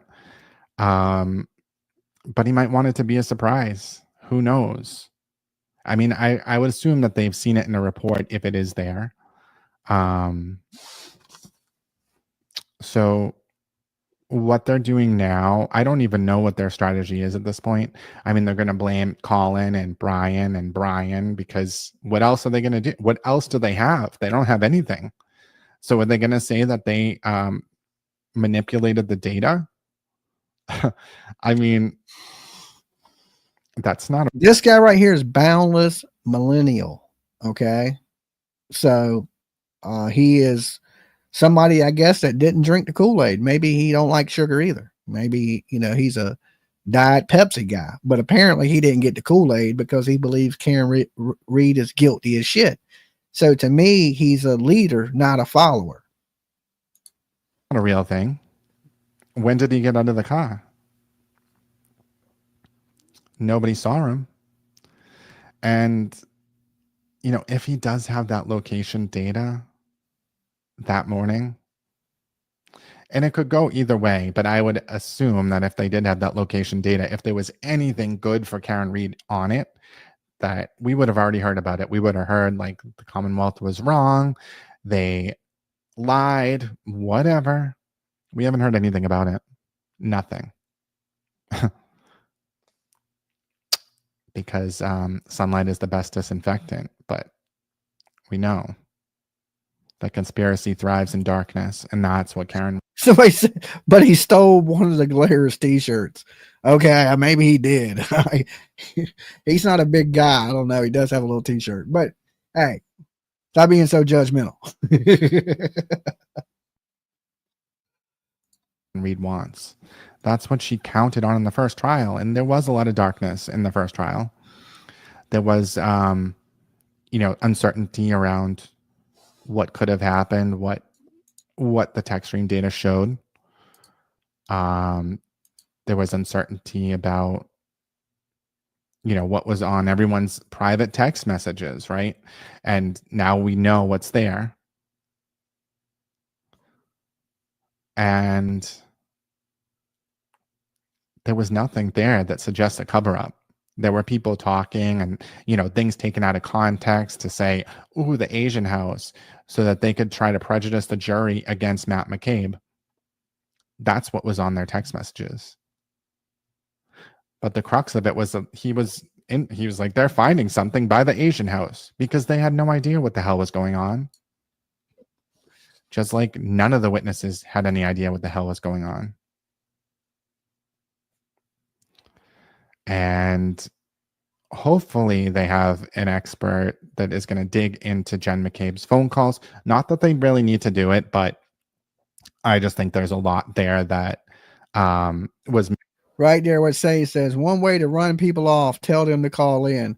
Yeah, you see, once you tell them, say, well, let's discuss it. They disappear, right? You don't even got to be mean. Well, call in, like, let's discuss it as adults, and they don't want that. They don't want that. They want their narrative pushed, and that's it, right? But I didn't get my check from Alan Jackson, so this is what you guys get tonight. Okay, as soon as my check gets in the mail, I might change it up. Misrepresented, and I don't think that anyone really scrubbed through it in the first trial. For instance, there was, when they were reading Karen Read's phone calls, she said in this documentary and other documentaries that she was calling and texting and got angry. But we know from her phone log that she never called or texted him. And now we're going to see exactly where the Lexus was when she first. Okay, let's be honest. If your significant other one went into a house and didn't come out, ain't you going to call them to see if they're coming out, or are you just going to leave? I think if PJ walked into her mom's house and say, I'm waiting outside, and she said, I'm going to run in for a minute and I'll be back out, and she didn't come back out, don't you think I'm going to text and be like, hey, where are you at? Or I'm going to call and be like, where are you at? And she said she did, but there's no call record of it. And they have her calls. So she never called or texted them to be like, hey, are you coming back out? And who gets mad in 2 minutes? She said, I got mad in 2 minutes. A couple minutes passed and she was already mad and took off, right? That don't happen. It don't even make good sense. Started calling and texting, and it's going to be as she's speeding away. I'm going to bust up into the house. There you go. And so how is this story going to go? I mean, in trial, they don't really have to have a story. They didn't really have a story last time. It's just they're going to plant these pieces, these little nuggets of information, but the jury didn't bite. The jury didn't bite, and they heard, I effing hate you, John. And, you know, but now this time they're going to see her in interviews saying, oh, I was mad because he wasn't answering my text, but she never texted him. We're going to see exactly when their last interaction was, that she didn't call or text until she was speeding away. And that's going to be a problem for her, because the jury didn't hear her side of the story on these interviews before.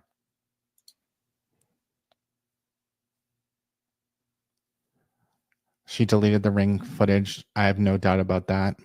I believe that too. I triple believe that she deleted it. Okay. She said she went there to see the kids, but really she went there to delete the footage.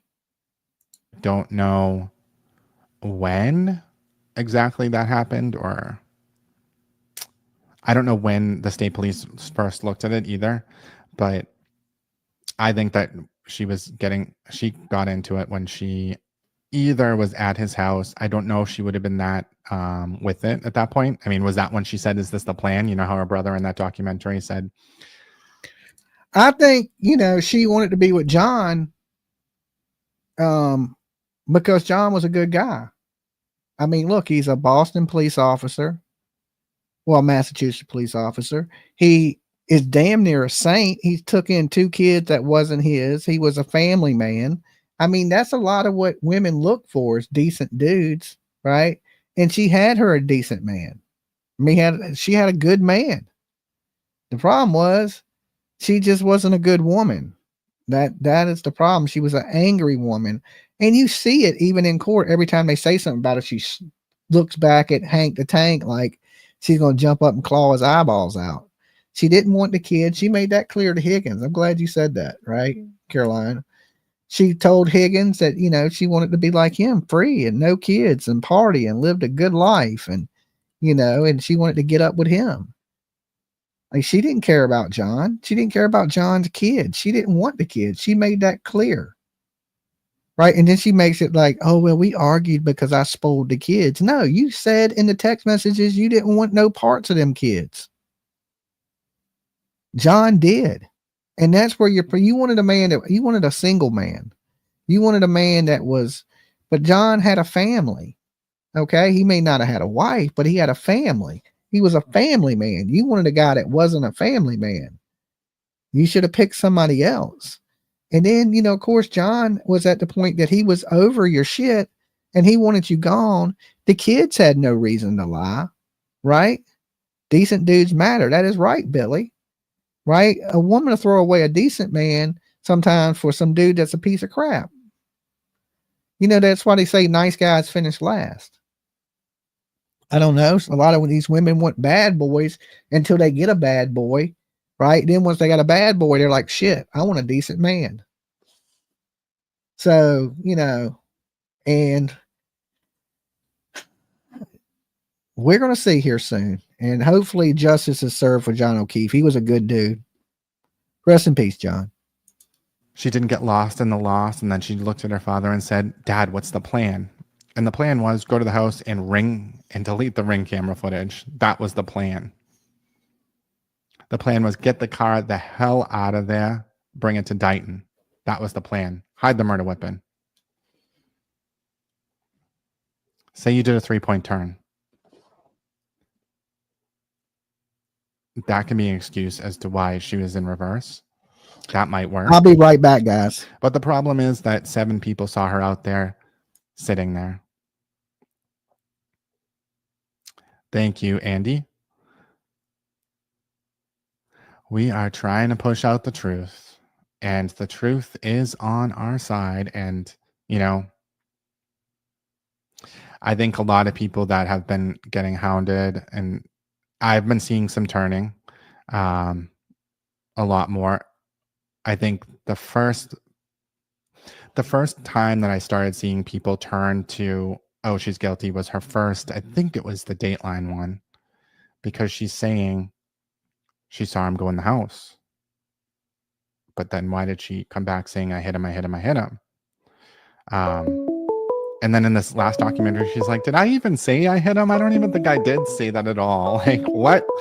What are you talking about? You went on TV and said you said it. Is she crazy? Like, she really is a psychopath. I mean, Higgins dodged a bullet for sure. She was going to use that guy and do what she wanted with him. And John O'Keefe was trying to set boundaries with her, and you can't set boundaries with a narcissist. It doesn't go over well. And whether he was going to break up with her, which it does sound like that was the case, or he was trying to make it work, he was thinking about it, she was not having it. She was not going to be told what to do. She wanted to spoil the kids, she was gonna. That's how she works. Like, if you think about when she was in Aruba, she bought everyone dinner. It was like a bunch of people. It was an expensive restaurant. That's what she does. She spends money to get in people's good graces. But nothing is ever free. Nothing is ever free. And she is a stage 5 clinger. Stage 5 clinger. For sure. I agree. And none of her ex-boyfriends have come forward to say she's not psychotic. Her family doing this just really shows who they are, what their priorities are. Her going on and saying, oh, this is my purpose in life now. Like, that's not... What is your purpose in life? To pretend to be framed? To be the O.J. Simpson of the trailer parks? Like, well, she said, you know, that this was her call and that she was, but here's the thing. Once this is over, she I don't know what she thinks. You know, if she gets away with it, of course, she's going to be instant millionaire, movie deals, book deals, all these things. But I just don't think things are going to go the way she plans it. You know, that's my hope anyway. If she walks, then I truly believe there will be no justice for John O'Keefe, because they're not going to charge anybody in John O'Keefe's death but her. She is so whacked out. And I am starting to see more people that are waking up. And we have not even seen the evidence yet. Dr. Welcher is, you know, they try so hard to keep him out because they're in trouble. They are in some trouble because he did a full reconstruction, not this ARCA bullshit where they had a potato cannon. He did a full construction with all. How much money does she have? Well, we know she's raised easily $1 million. And I know this, she has more money than me, you, everybody in this chat room probably put together. Okay. She has that much money. All of the information. Because sunlight is the best disinfectant. You need your experts to have all the information so that they can come up with the proper opinion, right? But Karen Read's had a year and never had ARCA adjust their opinions with all of the new evidence that they have, the new text stream data. Why would that be? And you can ask these people, her bog dweller fans, what do they think? No evidence that anybody threw a glass, but apparently it was a cool idea, he cited on the stand. That didn't lay out the methodology of the potato cannon. That wasn't repeated or validated. There was no specific literature that was referred to in that report. And yet, not only were they allowed to offer this evidence, it wasn't inappropriate. Locked and Loaded says, good chance she will walk. Yeah, if she does, money can buy your freedom in this world. I mean, but the odds, I'm going to give you the odds. 85% of all retrials end in a conviction. Okay. That means she has a 15% chance of walking. That's it. All right.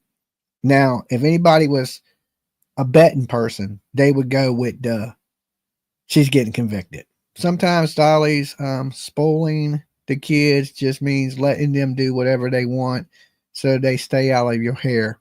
Absolutely. Carrie A. Now, it would be nice to know a little bit about the potato cannon, maybe a picture or a video or some specs on it, or maybe some details on how it actually operated. See, these are the things that Dr. Welch provides to the defense. He doesn't just provide the information, the raw data, and the studies. He actually shows the demonstrations. He doesn't. So Dr. Welcher had 8 gigabytes of data. Everything is in a PowerPoint. Everything is demonstrated in videos. It's not just a conclusion that's based on, I told you so. I mean, it's going to leave no stone is going to be left unturned. And it's going to be devastating for Karen's team. Because last time we did not have this. We had Trooper Paul, whose theory I think is, there's a few different things that could have happened. And I think that he's generally is correct. But someone that's going to demonstrate it and prove that the taillight didn't break in the driveway. From his basis of his opinions and conclusions, he shows and demonstrates them with videos and pictures and photographs. Quite unlike ARCA, where it is just simply a conclusion based on just trust me. That is a combination and study of engineering and physics and science. Now, this is the same thing that ARCA says in their report. If you look at their report, they talk about the study. And they outline what they believe the study of being a biomechanical engineer is all about. In fact, one of the complaints by Attorney Lisi is Mr. Welcher's drop test. If you look at the ARCA report on page 10, they do the very same thing, except that they don't show it. They don't actually demonstrate it. It's pale in comparison, but they give the conclusions and they give a chart. No different. He can consider all of that technical data, which will be introduced through other witnesses at trial before he testifies. And it's important. The location and timing of that car is important. This is all science and data. It's not witness testimony. It's science and data. I love that he's calling it a potato cannon, because it does. It absolutely does make it sound ridiculous.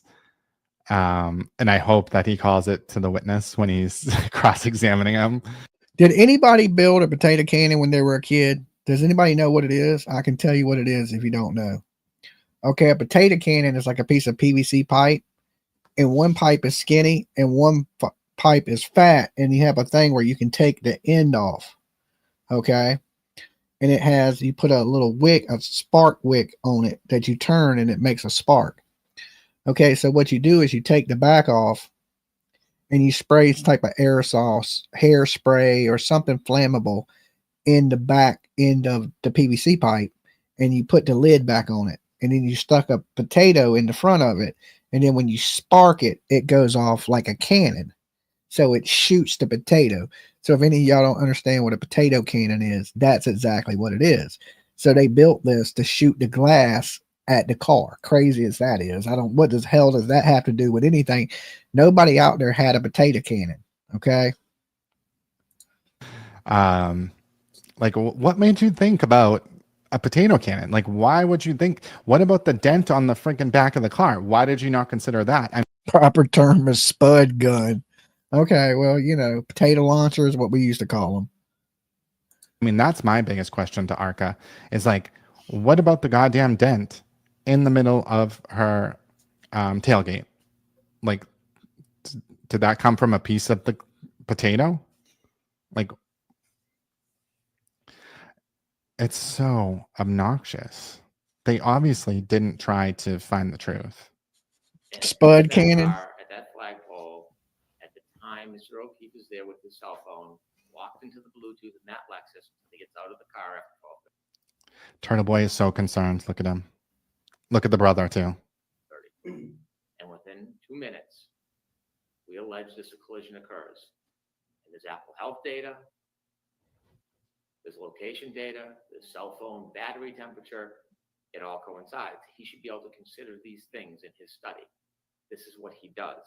The demonstration at Meadowbrook, John O'Keefe's house, is depicted by measurements which has been provided, science and data, by the ring videos, which will be independently admissible. And we see the gentle nudging of that Lexus into Mr. O'Keefe's car. And there has been allegations, claims, Turtle boy turd. that that's where the taillight may have broken despite the other contrary evidence. You can see in the presentation, he actually shows not only the nudging in the car leaving through the ring video, but analyzes it, and you can see exactly where those two cars came into contact, and it wasn't the taillight. You can see through his demonstration or through his study of the materials he presented that the snow is on the back of Mr. O'Keefe's bumper until the nudge. And you can see the exact spots where the snow comes off. This is science and data. This is an opinion. This isn't witness testimony. And the jury should see that very evidence. It'll be admissible not only through him, but through independent witnesses. This isn't the first time. Hank the Tank So is a I think beast. it's interesting that are they really not going to have anyone look at the text stream data and try to refute it? I mean, we haven't heard about a witness doing that. And I mean, I think that Dr. Wolf, since he already got 30 grand, should be the one that does it. But it's, I don't know. Like, their voir dire, I hope it comes soon. And I think Hank is right. So the judge was going to say, like, they'll do it the day before their testimony. But Hank was like, no, I need to prepare. I don't know what they're going to say. And we need to do it soon. So hopefully that comes really soon. Because I think they do need that information. Like, I want to think about what they're going to say. I want to know what they had. Did they change anything? Well, that's what I told Karen Read when I was there in person. I said, you're going to look good in orange, Karen. And, you know, and she could hear it for sure. She could hear it. But she was so used to people. We love you, Karen. And then I got out there and was like, you're going to look good in orange, Karen. They get new information? Did they do any further analysis? How are they going to answer these questions? Because I don't know. Like, they don't have the full picture of what they were hired to do. It doesn't really make sense. And I want to see them squirm. That Mr. Alessi is trying to portray the Commonwealth as being disingenuous because they know full well this is being covered by the media, and they want to create a sense to dehumanize anything that they don't like, whether it's the government, the prosecution. I don't know if she raised her eyebrows or not, but I know she heard me. The witnesses or the evidence. There's no place for it. 3 times. This follows when he made representations, reckless representations in court that Brennan lied 10 times. We found some of those transcripts, and I took enough dignity not to mention it because I didn't think I needed to, that the transcripts were not even accurate. Mr. Alessi was actually wrong when he was claiming I was lying about reading reports. Now, I don't want to stand up here and have a dispute, but when you use words like false statements as an officer of the court, they better be supported. That is a strong statement to repeatedly make, and it's a tactical one. It's purposeful. Attorney Alessi is joining the fray, and that is all part of the Cool, Lynn. here. Absolutely. That's the only thing they have, is to just say everyone's in on it, to villainize every single person that speaks on this case, all of the witnesses, all of the experts, the evidence itself. And it's ridiculous. I mean, there's a lot of people that just want to believe what they want to believe, or Karen's their hero, or whatever. What did the caller say earlier? Pink is the new orange.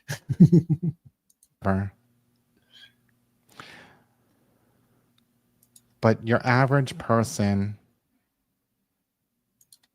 is of average intelligence. The person of average intelligence is not going to buy any of this. There's nobody even wanted to debate me tonight. Okay, I put the phone line up and said any Karen Read supporter can call in, and quiet as a church mouse. Okay, quiet as a church mouse. They've come into the chat room and said some slick shit in the chat, but can't do a simple friendly debate. All right, one lady called. She was really nice, and but nobody else just want to say slick shit from the sidelines. All right. 1,000K. Thank you, everyone. Thank you guys that have hit the like on this video. You guys are awesome. Thank you so much. It's just way too much evidence.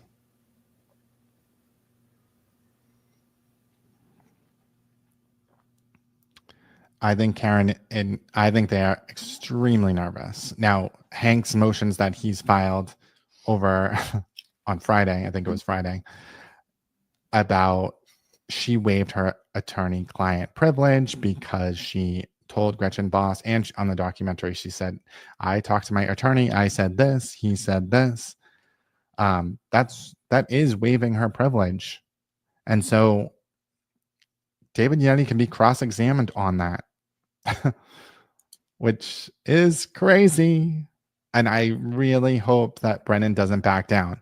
I have a feeling he's going to feel, I don't know. Karen Read's crowd is at the courthouse. Yes, she has motion hearings tomorrow morning. I'm going to try to be here for that. It's the last day of her motion hearings. Yeah, they're out there camping out. You know, they like to tailgate outside the damn courthouse like crazies. I've seen some attorneys pushing back on it, but it's like that's what they're doing. That is all coming from Karen, whether it is or not. These law tubers that are pushing back on it it's a way to try to manipulate the judge's rulings. It's a way to manipulate the prosecution. There you go. I hope that Hank Brennan does not hold back, because what they're doing is it's criminal. This defense team is criminal. They've persecuted all the witnesses. I agree. They're helping and harassing and intimidating witnesses. I agree that her legal defense team is using criminal actions in this court case. I agree with him on that. They've gone on TV and said all these different things that make no sense, and they should be held to it.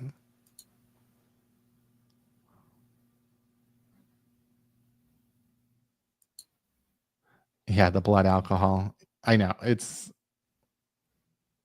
I even forgot about that. I mean, to me, it's like she hit him with the car. I think it's a little strange that he's dropping the whole Aruba thing, because I think that establishes a pattern of crazy, a pattern of behavior. But I guess he's thinking he doesn't need it because he has overwhelming evidence. And, I mean, I think those girls were good witnesses. They weren't really cross-examined. They don't really have anything to be cross-examined on. So they are only going to tell that story. But maybe the kids are going to tell the story. I don't know.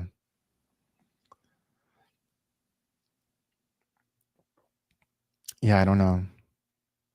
I mean, I think he's just trying to streamline it to be like, all right, well, we have all this data that shows that she hit him with the car. And, it's unequivocal. At this point, like, we know he didn't go in the house. It's factually true, okay? That the data is factually true. There's factual evidence that says Karen Read is factually guilty, okay? Then people like to use that word factually, but how good do they like it when it's used on them? This evidence ain't made up. Somebody didn't, crooked cop didn't plant this evidence. You can't make up what the car black box says. You can't make up what the Lexus report says. You can't make up what the reenactments show. You can't make these things up. It's factual. Unlike their factual stuff, right? That's like the only word they knew was factual. It's like Pee Wee Herman. Remember in the Pee Wee Herman show where there was a word of the day, and every time that word was say, everybody would scream like "Yay!" Right? That's their word, factual. So every time they say factual, it's like "Yay, Pee Wee!" I really want. You remember? Did this ever come up? But I remember there was a motion that Hank filed, and it was about talking about the carpet that Karen supposedly had. Like, I really want him to bring that up again. Factually stupid. Just because it's so ridiculous. I really hope he brings it up again and just says, "Oh, what about that carpet? Isn't that Discovery? We don't have that yet. Where is it?" Because we know she didn't have the carpet. We know this is all bullshit. Oh, and Microdot's garbage video. I watched that last night, and it's disregarding. It completely disregards that her call log proves that she never called or texted him when he went inside the house. And back to Jen McCabe's, this is what I was thinking of. Jen McCabe's calls. So when, what's his name? Guarino was being questioned about Karen Read's calls to John O'Keefe. They were asking, I think it was about the first call. And he's like, this is all one call, but it was showing up on the report multiple different times. And I opine that that's similar to something that was happening to Jen McCabe. So if she did call him that one time, whether it was like dropping and coming back in because they were in like a dead zone or something like that, and then it was appearing as multiple times, I think that's definitely possible. JI5, I agree with you 100%. Factual would be like, yeah, we got DNA evidence that proves different. That would be factual. Right? What they got is a conspiracy that they believe that they're pushing out there through YouTube creators to try to get people to believe what they're saying. That is not factual. That is misinformation being spread on the internet. Okay? It is factually misinformation is what it is. And so if they have like an expert, or if they had someone else look at the phone data, we haven't really heard much about the phone data. They didn't really go into it. They didn't try to like disprove anything, which I feel like it doesn't really prove their case or not, but I just feel like it's important because Jen McCabe is being crucified on this. And like, I know for a fact that she didn't delete those calls. I know for a fact that Rick Green is misinterpreting it. And I hope they go after him for this because the guy is a freaking fraud. Like, he's saying that they're deleted when they are not in her recent calls anymore. Even the 911 call was in the deleted folder, and they're all consecutive. It's all like, they're all consecutive. So it was like that point in time where it doesn't become a recent call anymore because that's filled up. It drops off. So it's not like she deleted anything. And also that 5,000 searches, out of 5,000 searches, only one was deleted. This guy is boundless millennial. Okay, he's also a TikToker. I think he's bigger on TikTok than he is on YouTube, but his YouTube channel is Boundless Millennial. And I agree, like I was watching him, Kate, Yellow Cottage. I was watching just a little bit of it. I didn't get a chance to watch their whole show, but they were nailing it dead on. And I was like, well, look, at least these people ain't Karen Read ass kissers or simps. So, and you know, they didn't take the easy path of just going, yeah, Karen Read's innocent. Like they're not making these videos for money, because the money, like you seem like the Baby Gap don't give two shits about Karen Read or Boston corruption. He just now recently went to Boston, but he don't fight in his own hometown for nothing. Why is he worried about what's happening in somebody else's hometown? And he's just doing it for the paycheck. At least these people are not. None of the searches were deleted. A tab was closed before she went in to look at the search results, and that's what that shows.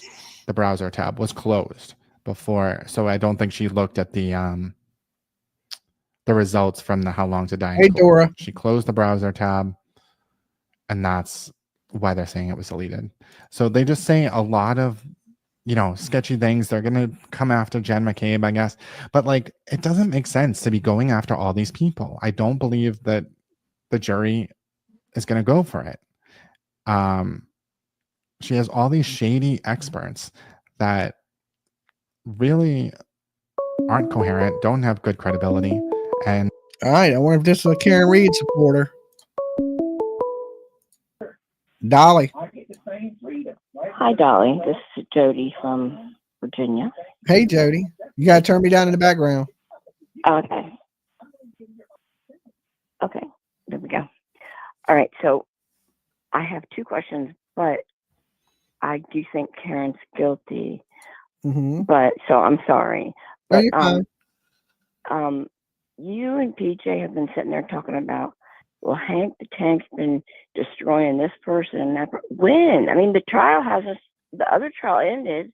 Oh, in the motion hearings. Oh, during the motions. Okay. That's Yeah. what I was wondering. Because I don't watch the motions. I find them so boring. Oh, yeah. The motions hearing.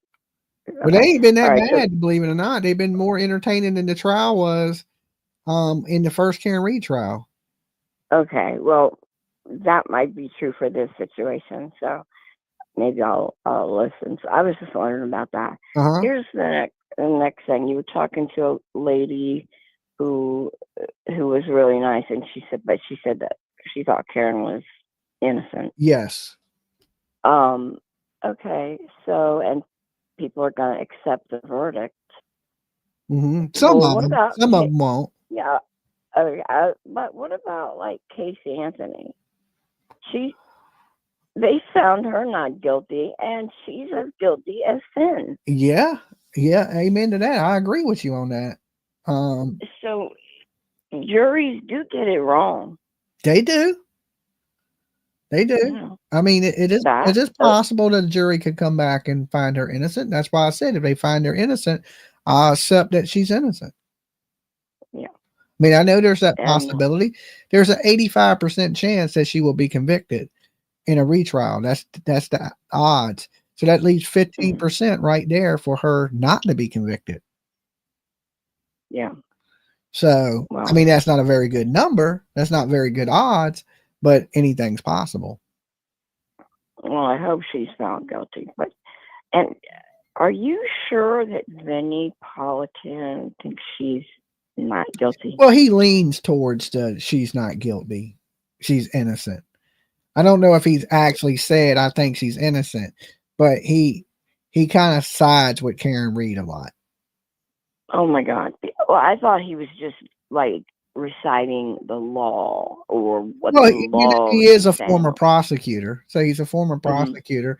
And I still think he leans towards Karen is innocent. He favors Karen in this. And this is where I think he's wrong. Now, I agree with Vinny on a lot of things. I think he's awesome. One of the OGs of true crime, especially court TV and stuff, right? So I just think he's wrong on this one, that Karen Read is guilty, and he's leaning to the wrong side. I ain't saying he's on Karen Read's side. I'm just saying he leans that way. Yeah. You know. Do you remember? I don't remember Nancy Grace. How she weighed in on it. I don't know either. I don't know how Nancy weighs in on the Karen Read situation. I'd have to go back and look. I ain't really seen Nancy say too much about it. Vinny covers it though. He covers it on his own channel on YouTube too, not just Court TV, but he covers it on the Vinny Politan channel and with his crew. Yeah, he's got the Tangent podcast. Yeah, the Tangent podcast. And then he has his own. So yeah, he really has Court TV and 2 podcasts. Yeah, I would say that they lean more towards the free Karen Read side than they do Karen Read the guilty side. That's just my opinion. Yeah. Okay. Well, I was just wondering, and I was just wondering where also you and PJ were getting all that info, because I was like, well, I don't know where. Yeah, where they're getting it. So now I know. We watch it all. We don't just watch the trial. We watch all the motion hearings, what's going on, who's talking, everything. We watch everything on it. the documentaries. I've seen everything. So people Well, yeah, come I've in seen here and the be like, documentaries. people come in here and be like, Dolly must not have watched the trial. I'm like, I watch everything. I live and breathe true crime. So Yeah, me too. And one more thing, during the motions, whatever trials or whatever, like, was the doctor up there? Do they have people on the stand? yeah. Oh, Because they were doing motions on could people be experts or not. So they had the dog bite expert up there, and Hank the Tank destroyed this lady, made her look dumb as hell. So there's a lot of things that they discuss in these motions, because this is what's going to move forward in the trial. So they're getting it all out the way now. So when the trial happens, they know who the experts are, what people are going to testify to, all these things. So you can find out what's going to happen, kind of like it's almost like a little pre-trial before the trial. yeah. Usually they're so boring. That's why I don't watch them. But it's not April 1st anymore. It's going to be No, it looks like they're going to move it back. We're going to find out that here shortly. So Bev said right, she well, didn't want to thank move you. it back, but it may end up getting moved back anyway. Yeah. So Okay. Well, thank you. all right, I no needed that problem. info. You be good. Okay. All right. You too. Bye bye. Peace. Bye. Okay, let's see what this says. Vinny did say on Melanie Little's show recently that he thought she did it apparently. Okay, well, I didn't see that. I don't really watch Melanie Little. I don't know. It's not my cup of tea. I don't really like.